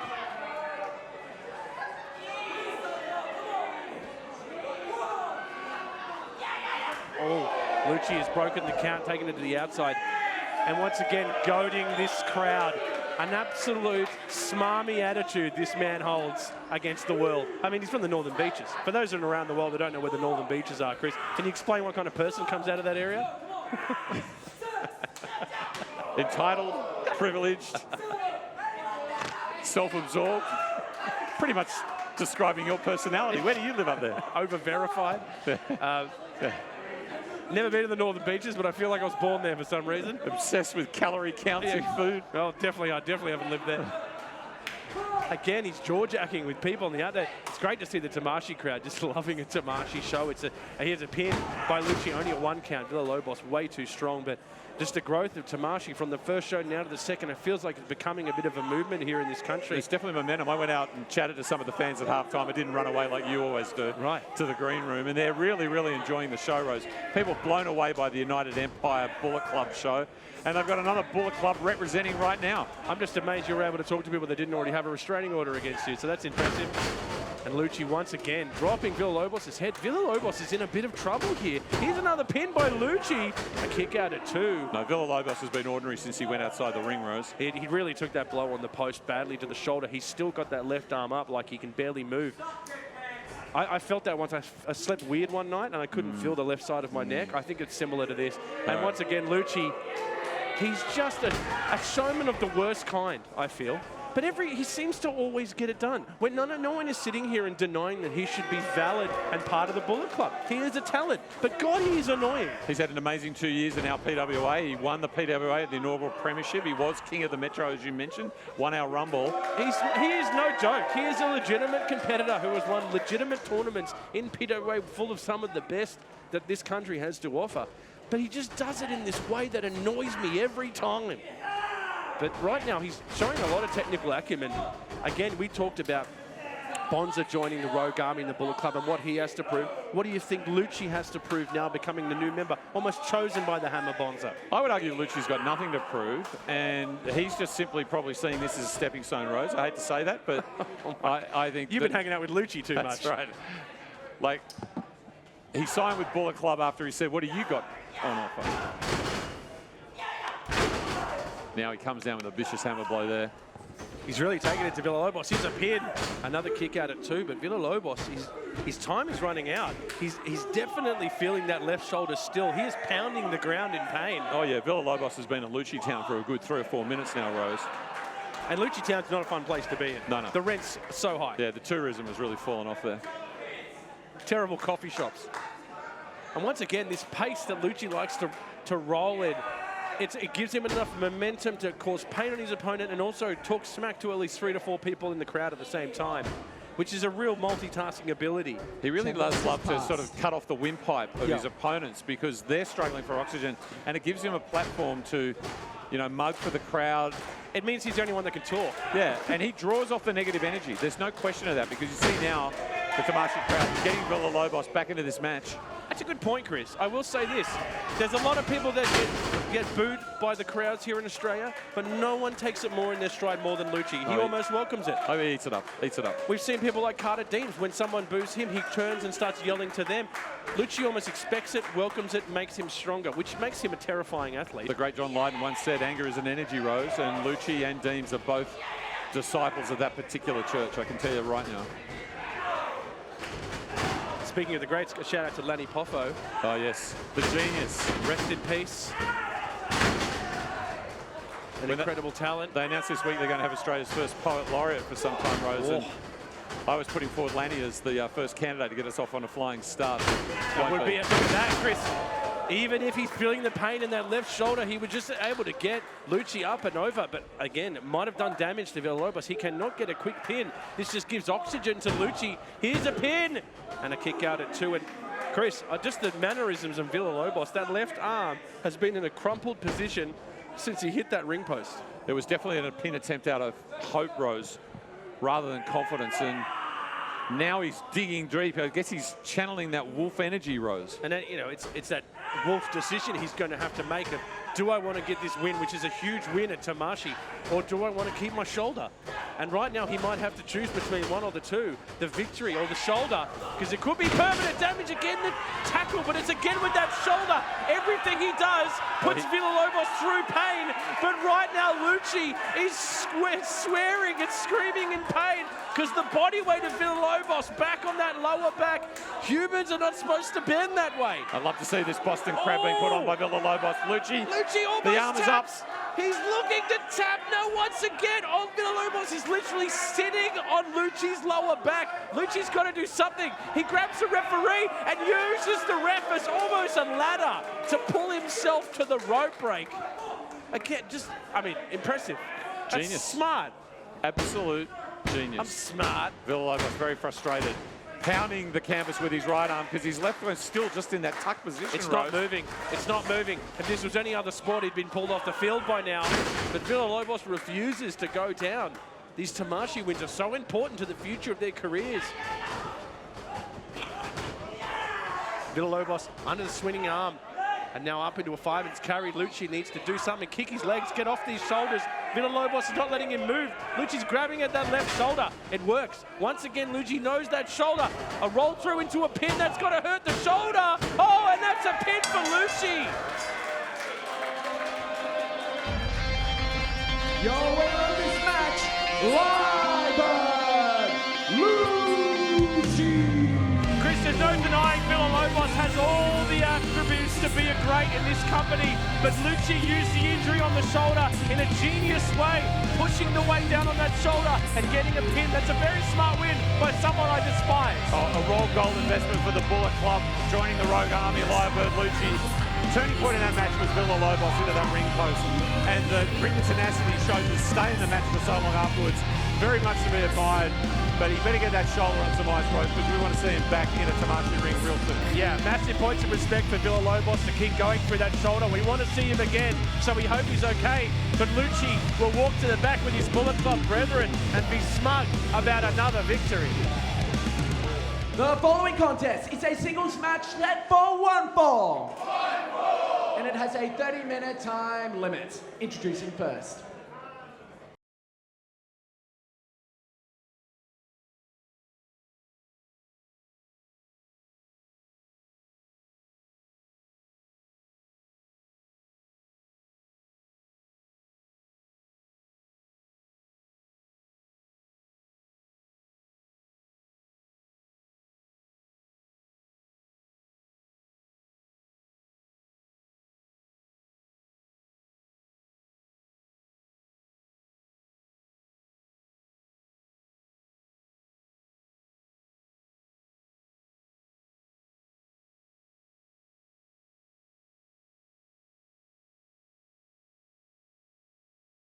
And making his way to the ring from Paddington, New South Wales, weighing in at 110 kilograms, the example, Ricky South.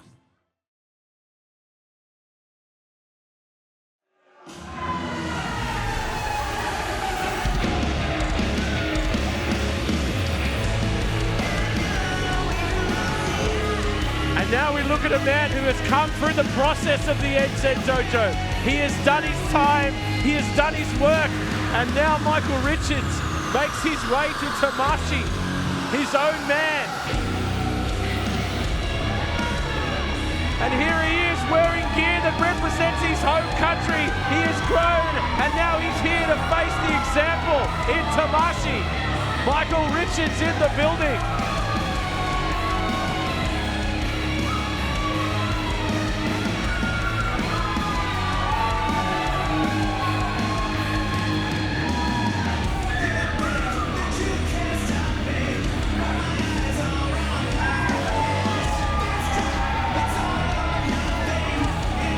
Representing the New Zealand Dojo, weighing in at 108 kilograms, relentless Michael Richards! It's always fantastic to see someone come through their dojo, evolve and grow, remove the black tights and find their own voice, their own colours and their own statement. And Michael Richards is here to do that tonight.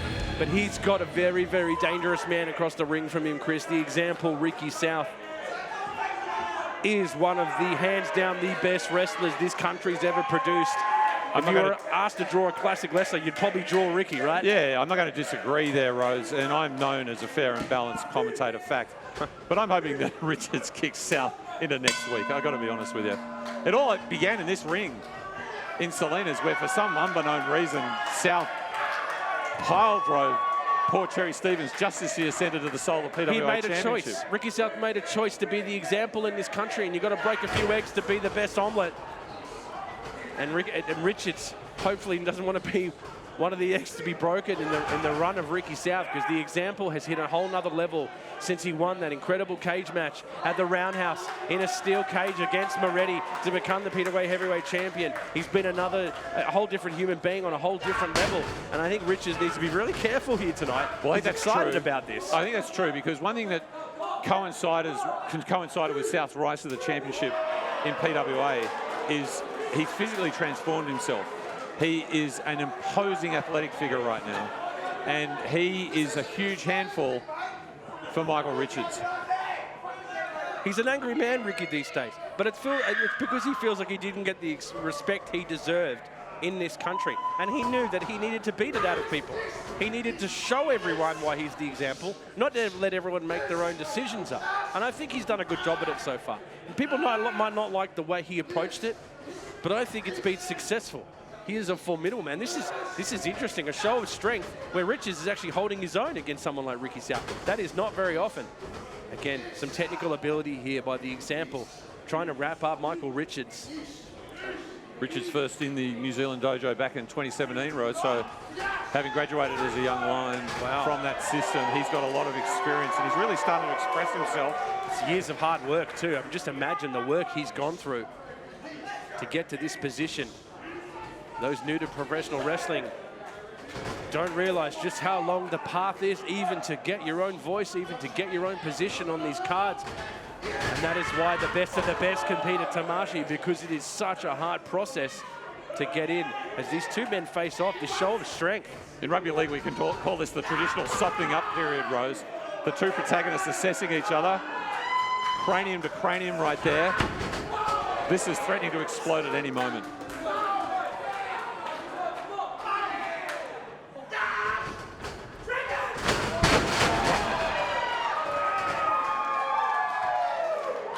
Great counter there from Richards.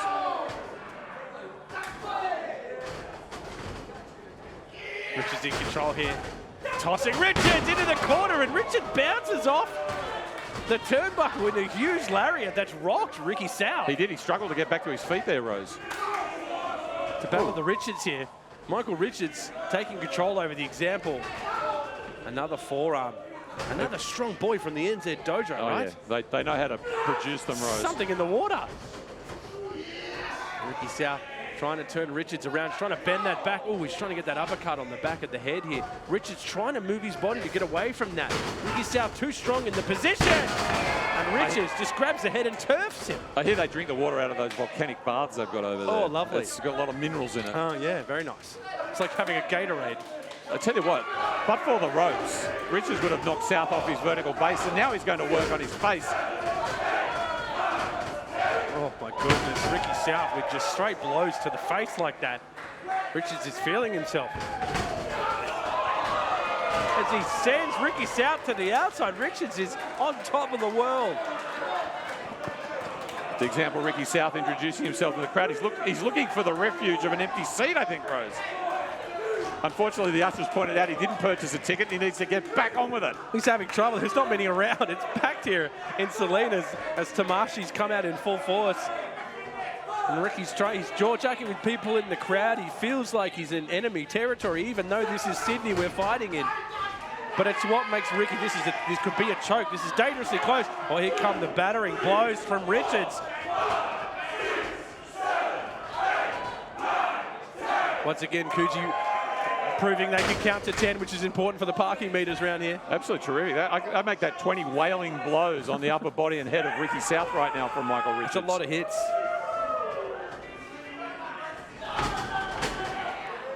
Ricky South trying to stop that suplex with his own body weight there. Richards trying to hook the leg for a fisherman. Ricky not letting it happen. Richards, every time he throws a punch, he's almost surprised at how little it rocks Ricky compared to other competitors he's probably fought before. But Ricky's a thick man, thicky Ricky. Yeah, well, one thing we know about South, you're going to... Stomp to the back of the neck there. Stomp to the back of the neck. What's the thing we know about South? Well, that he can absorb a lot of punishment, Rose, so he's prepared to sort of almost go on the back foot and play defense for a while. Yeah, you're right. He's almost willing to take a couple minutes of blows to try and get the right position. He almost catches his breath as he's getting punched. Here's a pin by Ricky South. Kick out by Richards. All right, he's talking a bit of smack. These are the best moments for South so far in this match, Rose. Interesting approach there. He just turned to some people in the crowd and said, "You're not allowed to chant my name." It's almost like he doesn't want the support of people anymore. Has he trademarked it or something? He wants to be alone. He wants to be out there as the only example. He doesn't want to be a man of the people anymore. What did that get him? What did that get him? That got people forgetting about him the moment he got an injury. He comes back and demands, "I am the true champion." He proves it to everyone, so he has a chip on his shoulder now. What's the big problem with that? Well, if he doesn't want people representing his He's a brand, pin. Excuse me, Chris.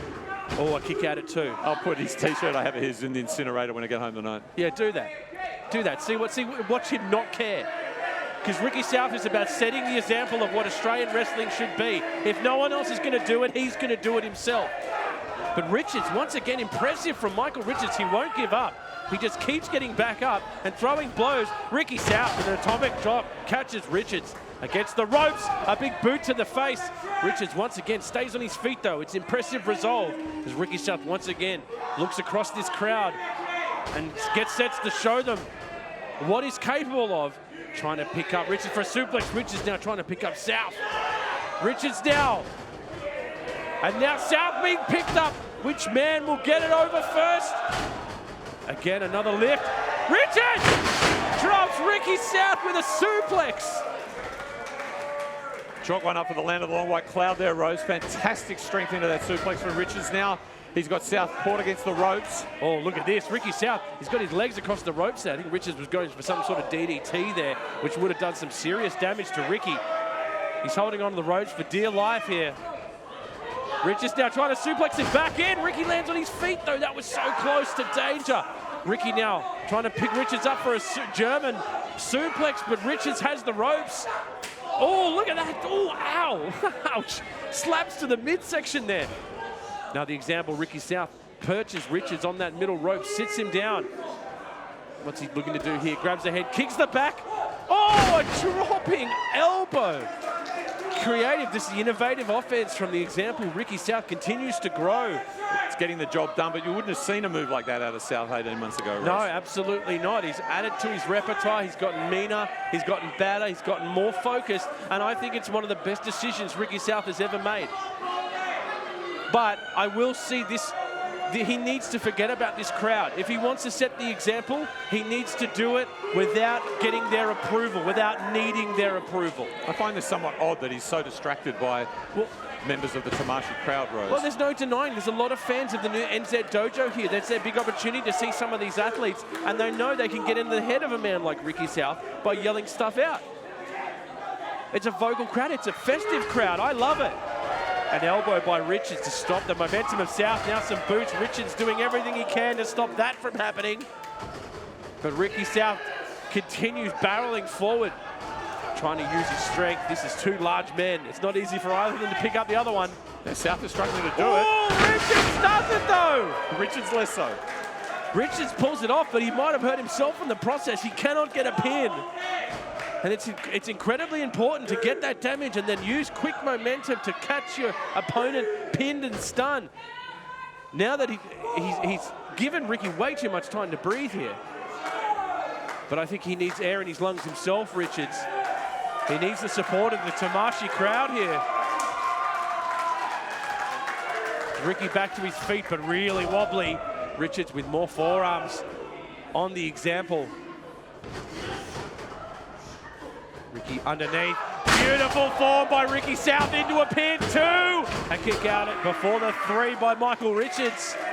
The match continues, and Ricky South has come alive. Ricky is not happy with the reception he has received here tonight, and the example is going to do exactly what he does.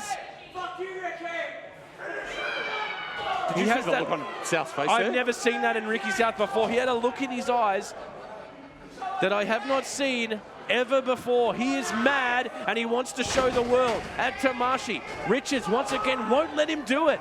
Over the back with another forearm. Richards is hurting every time his body moves, though. You can see the welts on each other. You can see the pain they've gone through. 10 My minutes has passed. goodness.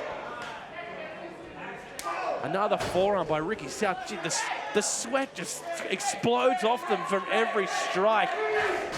Ricky South comes into the corner. Richards underneath, almost by desperation. Oh, and another nice, loving, running clothesline. Another lariat by Richards. Again, Ricky South in big trouble here. Richards going to pick him up. Ricky South using the elbows. This is just exhaustion from both men. Fantastic battle so far, Chris. I'm blown away by the intensity. Like the intensity the two gentlemen have. It's very physical. They are just totally in this match. It's extraordinary to be here. It's extraordinary to watch. So special to have Tamashii in this country. It grows leaps and bounds every show. And these two men putting their bodies on the line shows you how important these shows are to not just the fans, but the athletes as well. Richards comes in with a huge running clothesline. And Ricky South is in trouble with the suplex. Richards with a pin. 2. Oh, and Ricky South just gets a shoulder up. That was way too close for the example. I won't call that a kick out. It was just a shrug out. It was a rollout. Oh, and the DDT suspended on the second rope. And Richards is cooking with gas, Chris. This could be one of the biggest wins of his career if he pins the example here.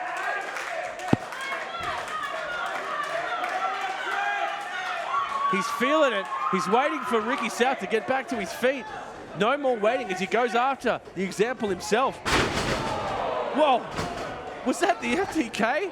That's for the kill. That is match that's won. That's the move that's won Richards so many matches. He plants it. He smelled victory there, but Ricky South able to just roll his way to the outside, stopping the pin. South in genuine distress. He's in genuine distress. He's struggling, but the wherewithal, the ring awareness to get hit with the FTK and to get out of there really, really quickly. His days might be numbered. He looks really, really battered, but he's gotten away from that pin for now. And this is bad for Ricky South. This is real bad. Yeah, Richards can sense the win here, Rose. He's getting him back into the ring for one reason and one reason only. Ricky looks bad as Richards can smell blood in the water. This would be a huge statement. This would rock Australian wrestling if Michael Richards were able to get a win over Ricky South. Using a last bit of energy, he gets an atomic drop, an uppercut, and a chop. Ricky's against the ropes. The boot. Half catches Richards. Richards almost slumps out of exhaustion. These two men have absolutely thrown everything at each other. Ricky goes for the lariat again. Richards underneath. More blows. Richards will not give up with these forearms. It's incredibly impressive how he keeps coming. And Ricky drops him with a huge example lariat. And now South smells blood in the water. He smells it. And he wants to put Richards away. Can he get the body up? Ricky South, the example, blows a kiss to Tamashii with the pile driver. Ricky South has dropped him. Here's the pin. 1, 2, and the example wins.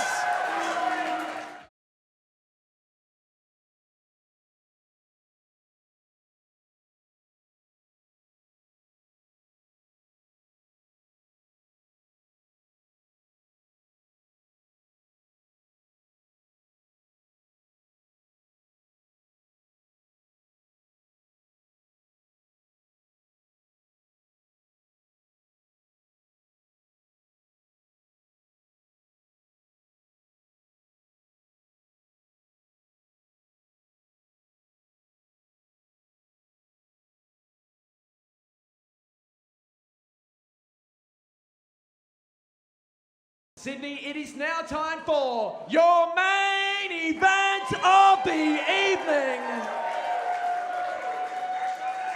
And it is a singles match set for 1 fall. And it has a 30-minute time limit. Introducing first. We have come to the main event here tonight at Tamashii.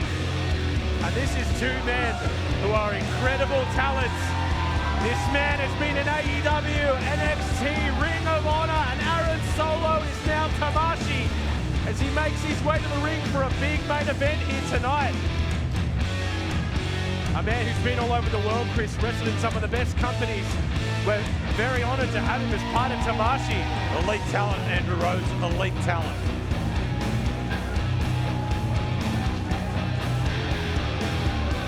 Making his way to the ring, representing AEW's The Factory, weighing in at 85 kilograms from San Francisco, California, Aaron Solo! An incredible talent, Aaron Solo. Been all over the world, and here he is in Sydney, Australia. But he is facing an Australian icon. And his opponent. We've talked about athletes that have wowed in Australia. We've talked about athletes that have wowed in Japan. This man has done it all. Multiple-time champion in both countries and in New Japan. The sniper of the skies, Robbie Eagles, is in the building. And tonight, he headlines Tamashii one-on-one against Aaron Solo.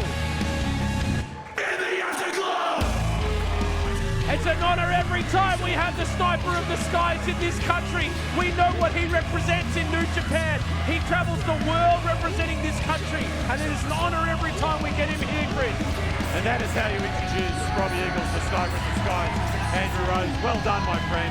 Marvellous introduction for an outstanding figure in Australian wrestling, an outstanding figure in global And wrestling. representing Chaos from Jonestown, New South Wales, weighing in at 80 kilograms, the sniper of the skies, Robbie Eagles! The icon of Australian wrestling. The man responsible for you and I even existing in this world of professional wrestling stands in this ring in front of Aaron Solo.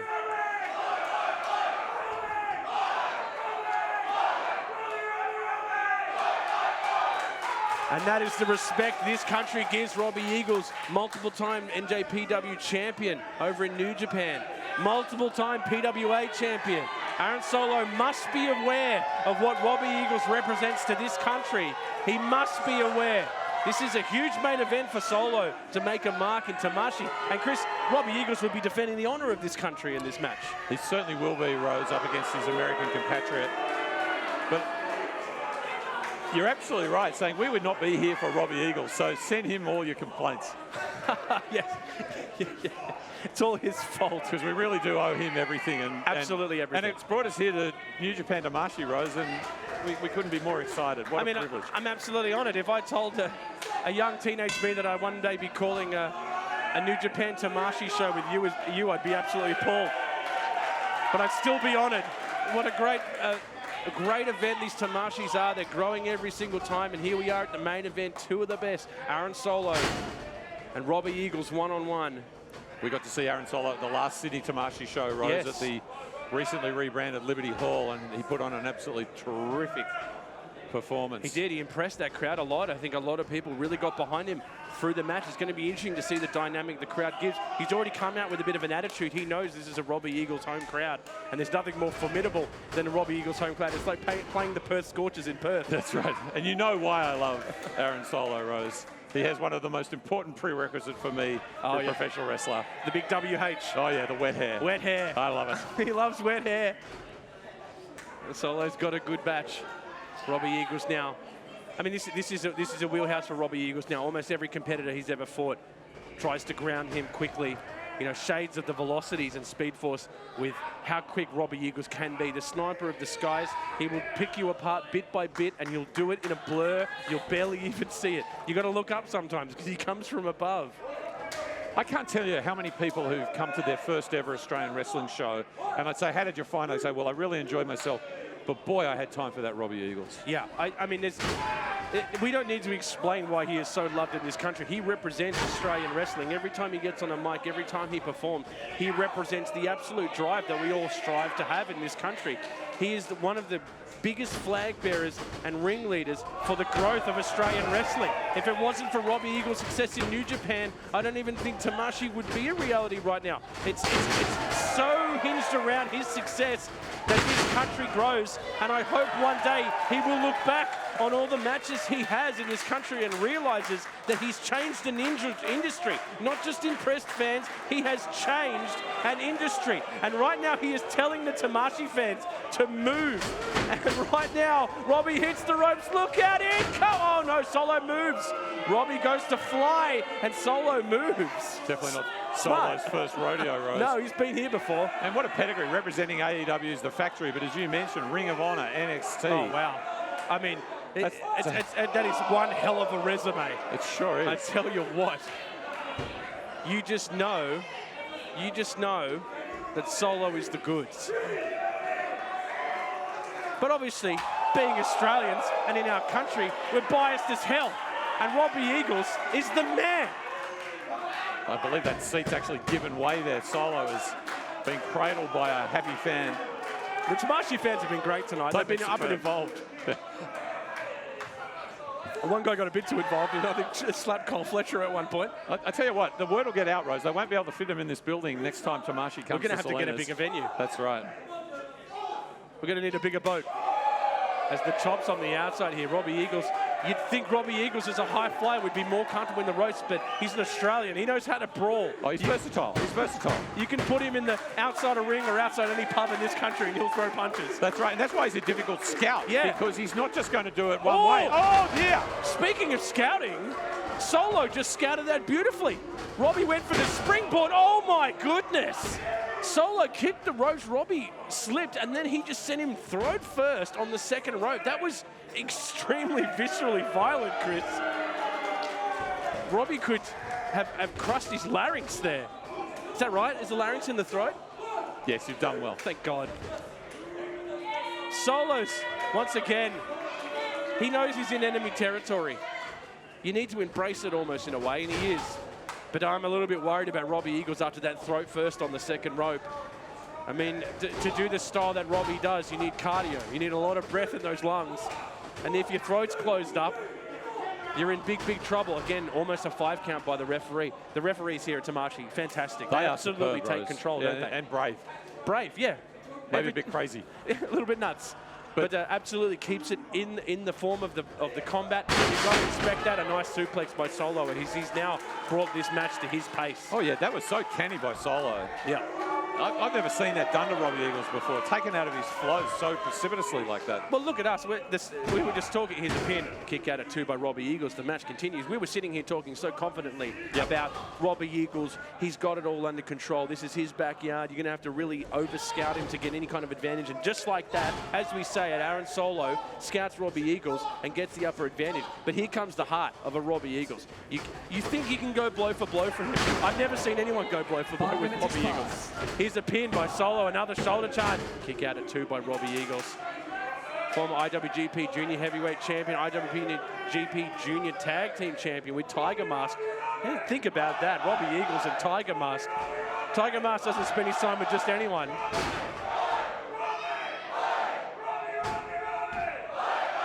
And Solo needs to ignore this while Robbie Eagles needs to absolutely feed off it. Solo is just taking it to Eagles. Oh, yeah. He's giving the crowd their chant back to them, and he's really thoroughly enjoying himself right now, Rose. Kick out at 2 by Robbie Eagles again. He's loving this. It's a long flight here to Australia. You got to enjoy yourself when you're here. I'm suggesting you just spent 14 hours studying film of Eagles' past matches because he is anticipating Robbie's every move at the moment. Can someone explain to me how bad luck Fale and Mulu get on a plane?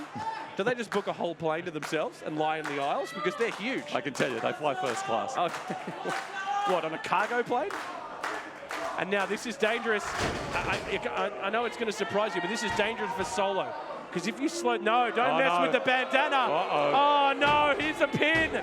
Kick out at 2. You do not mess with Robbie Eagles' bandanas. That's a really bad move. Eagles will not be posterized in that way, Rose. No way. The moment Eagles regains consciousness here, he's going to be really angry about this.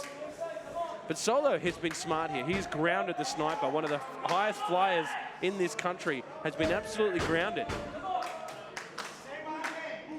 He doesn't look too half bad with the bandana, though. I will say that. No, it's kind of fetching, kind of rakish. I tell you, if I was a judge of wrestling, and I'm no good at it, but I've got Solo well in front of him. And I was surprising myself as I utter those very words. He kind of looks like a flute player in Gogol Bordello.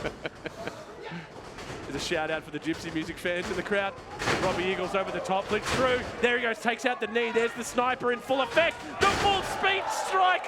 And now Robbie can get some gas into those lungs. He is absolutely spent, and Solo's got the back of his head to worry about now. Critically, he separated the bandana from Solo's head as well, which was important. As you notice, all the weakness in Solo just evaporate out of him the moment that bandana goes. There's something in that fabric. Oh, yeah. There's got to be something in it. And it's Australian fabric, I want to point out. Yes, yes. Only the best Aussie wool. Finest weavers in the world here. It's the bandanas that John West rejects. And here's a kick to the wall. Just, you feel that through the room, don't you? Boom! Every time.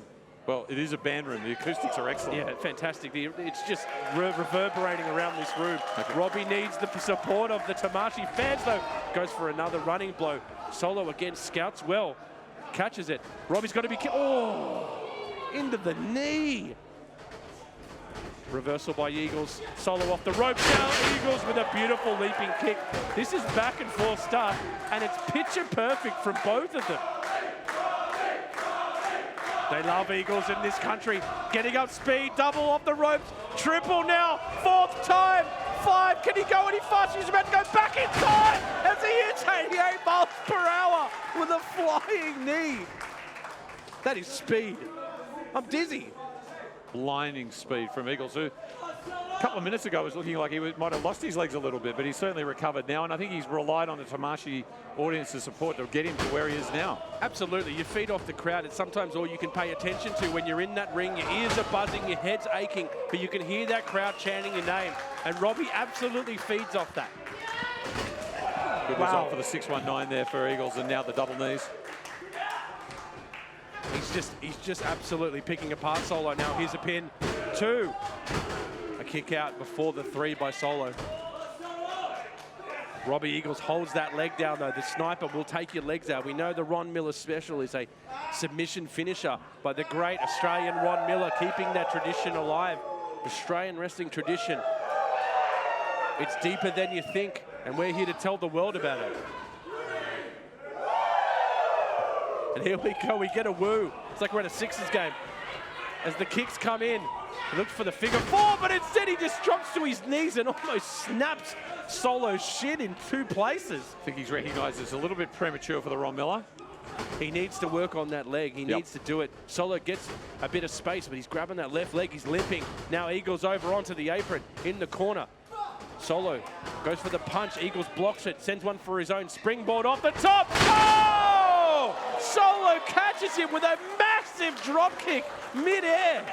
Wow! Did you see that, Chris?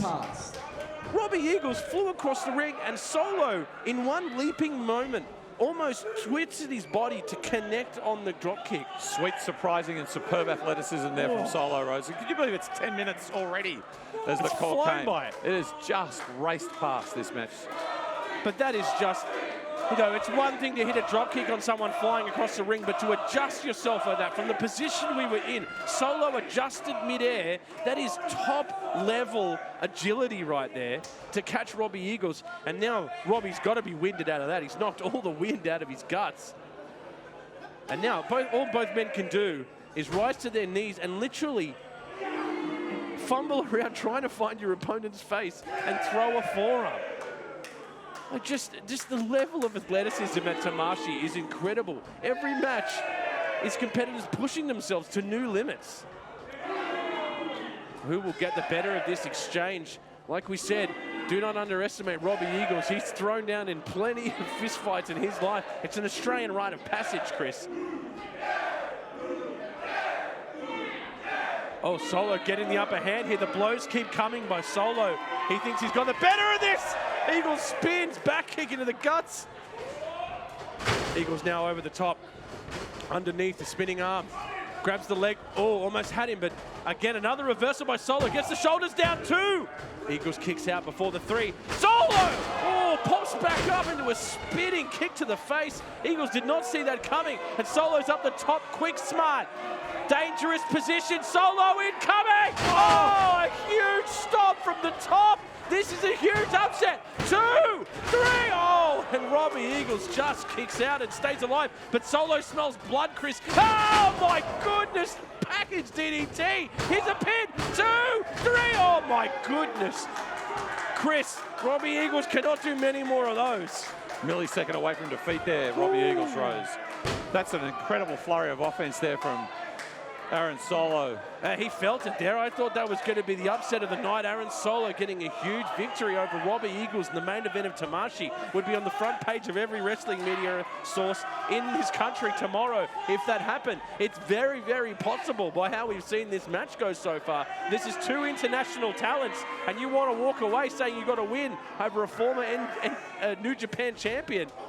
And Solo with the knees, but Robbie Eagles, I mean, the reason he's so great is the levels that he can go to in that world of pain, in that world of exhaustion. He rolls through 2. Solo kicks out, we continue.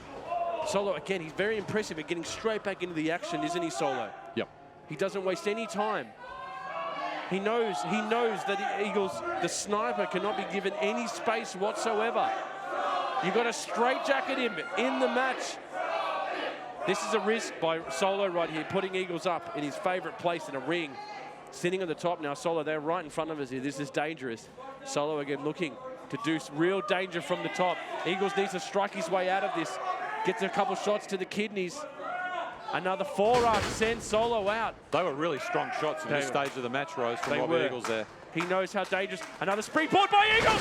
And that's classic Robbie Eagles. Takes out the knee that he's been working on. And Eagles feels possibly the Ron Miller special. No, he goes. Solo rolls him up. Oh, and Robbie kicks out of the 2. Stays alive again. Huge super kick. And once again, Solo is the quickest man back up in this match every time. Eagles, Drew, drop Solo. Will he go for a pin here? It's taken him a while. 2. And that just that amount of time, Chris, gave Solo enough energy. But again, now Robbie Eagles so quickly back up. Chris, this match is 1,000,000 miles an hour. Robbie to the top, the high red district. Eagles in his happy place. Incoming! Oh, 450 on the leg. Eagles smells blood. Rolls Solo through into the Ron Miller special. And Solo's in big trouble in the middle of the ring. Can the sniper of the sky submit Solo and do it again at Tamashii in front of his home crowd? And Solo taps! Your winner of this match as a result of a submission, the sniper of the skies, Robbie Eagles! A fantastic night at Tamashii, full of heart and strong, never giving up attitude. Solo once again brought it to Robbie Eagles like we've never seen before, Chris. Solo took Eagles out of his comfort zone continuously, but Robbie Eagles has the heart of a champion, Rose, simply because he is a champion. A representation of everything that Australia and New Zealand works for. Robbie Eagles stands tall as we say goodbye to you once again from Tamashii. Thank you everyone for joining us. And my name is Andrew Rose, with me the great Chris Gale. And we will see you next time. Good night.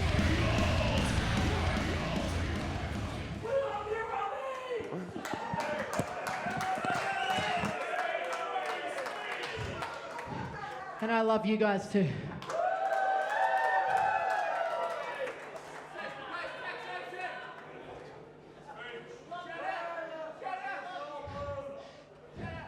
Before he goes, Aaron Solo, you've competed all around the world, and you represent not only the factory, but AEW, which I think some of these people have heard of before. So although this was our first time in the ring together, thank you for pushing me to my limit.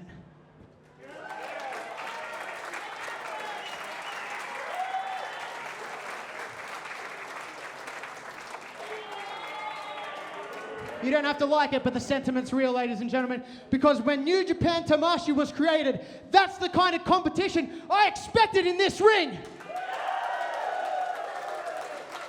You guys want to see more of New Japan Tamashii in Australia? I don't think all the people backstage could hear you with that. Do you want to see New Japan Tamashii again?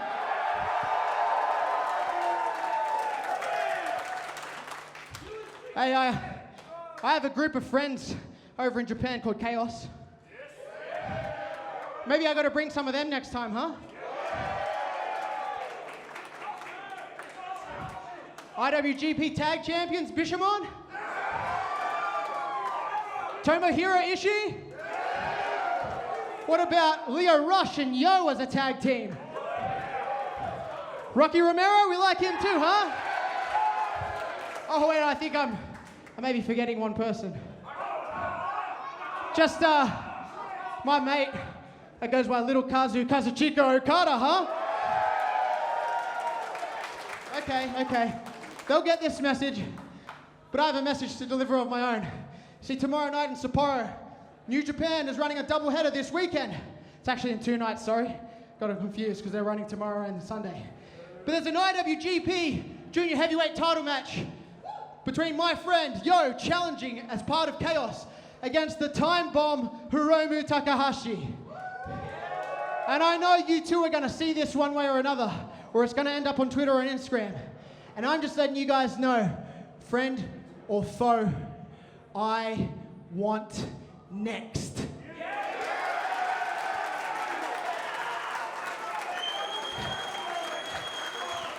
Hey, what if we did that title match right here in New Japan Tamashii?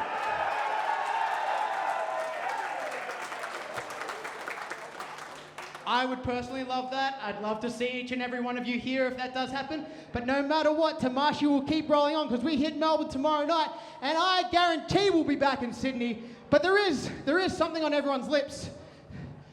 New Japan announced that at some point this year, there's going to be a thing called the Oceania Cup happening in Wagga Wagga.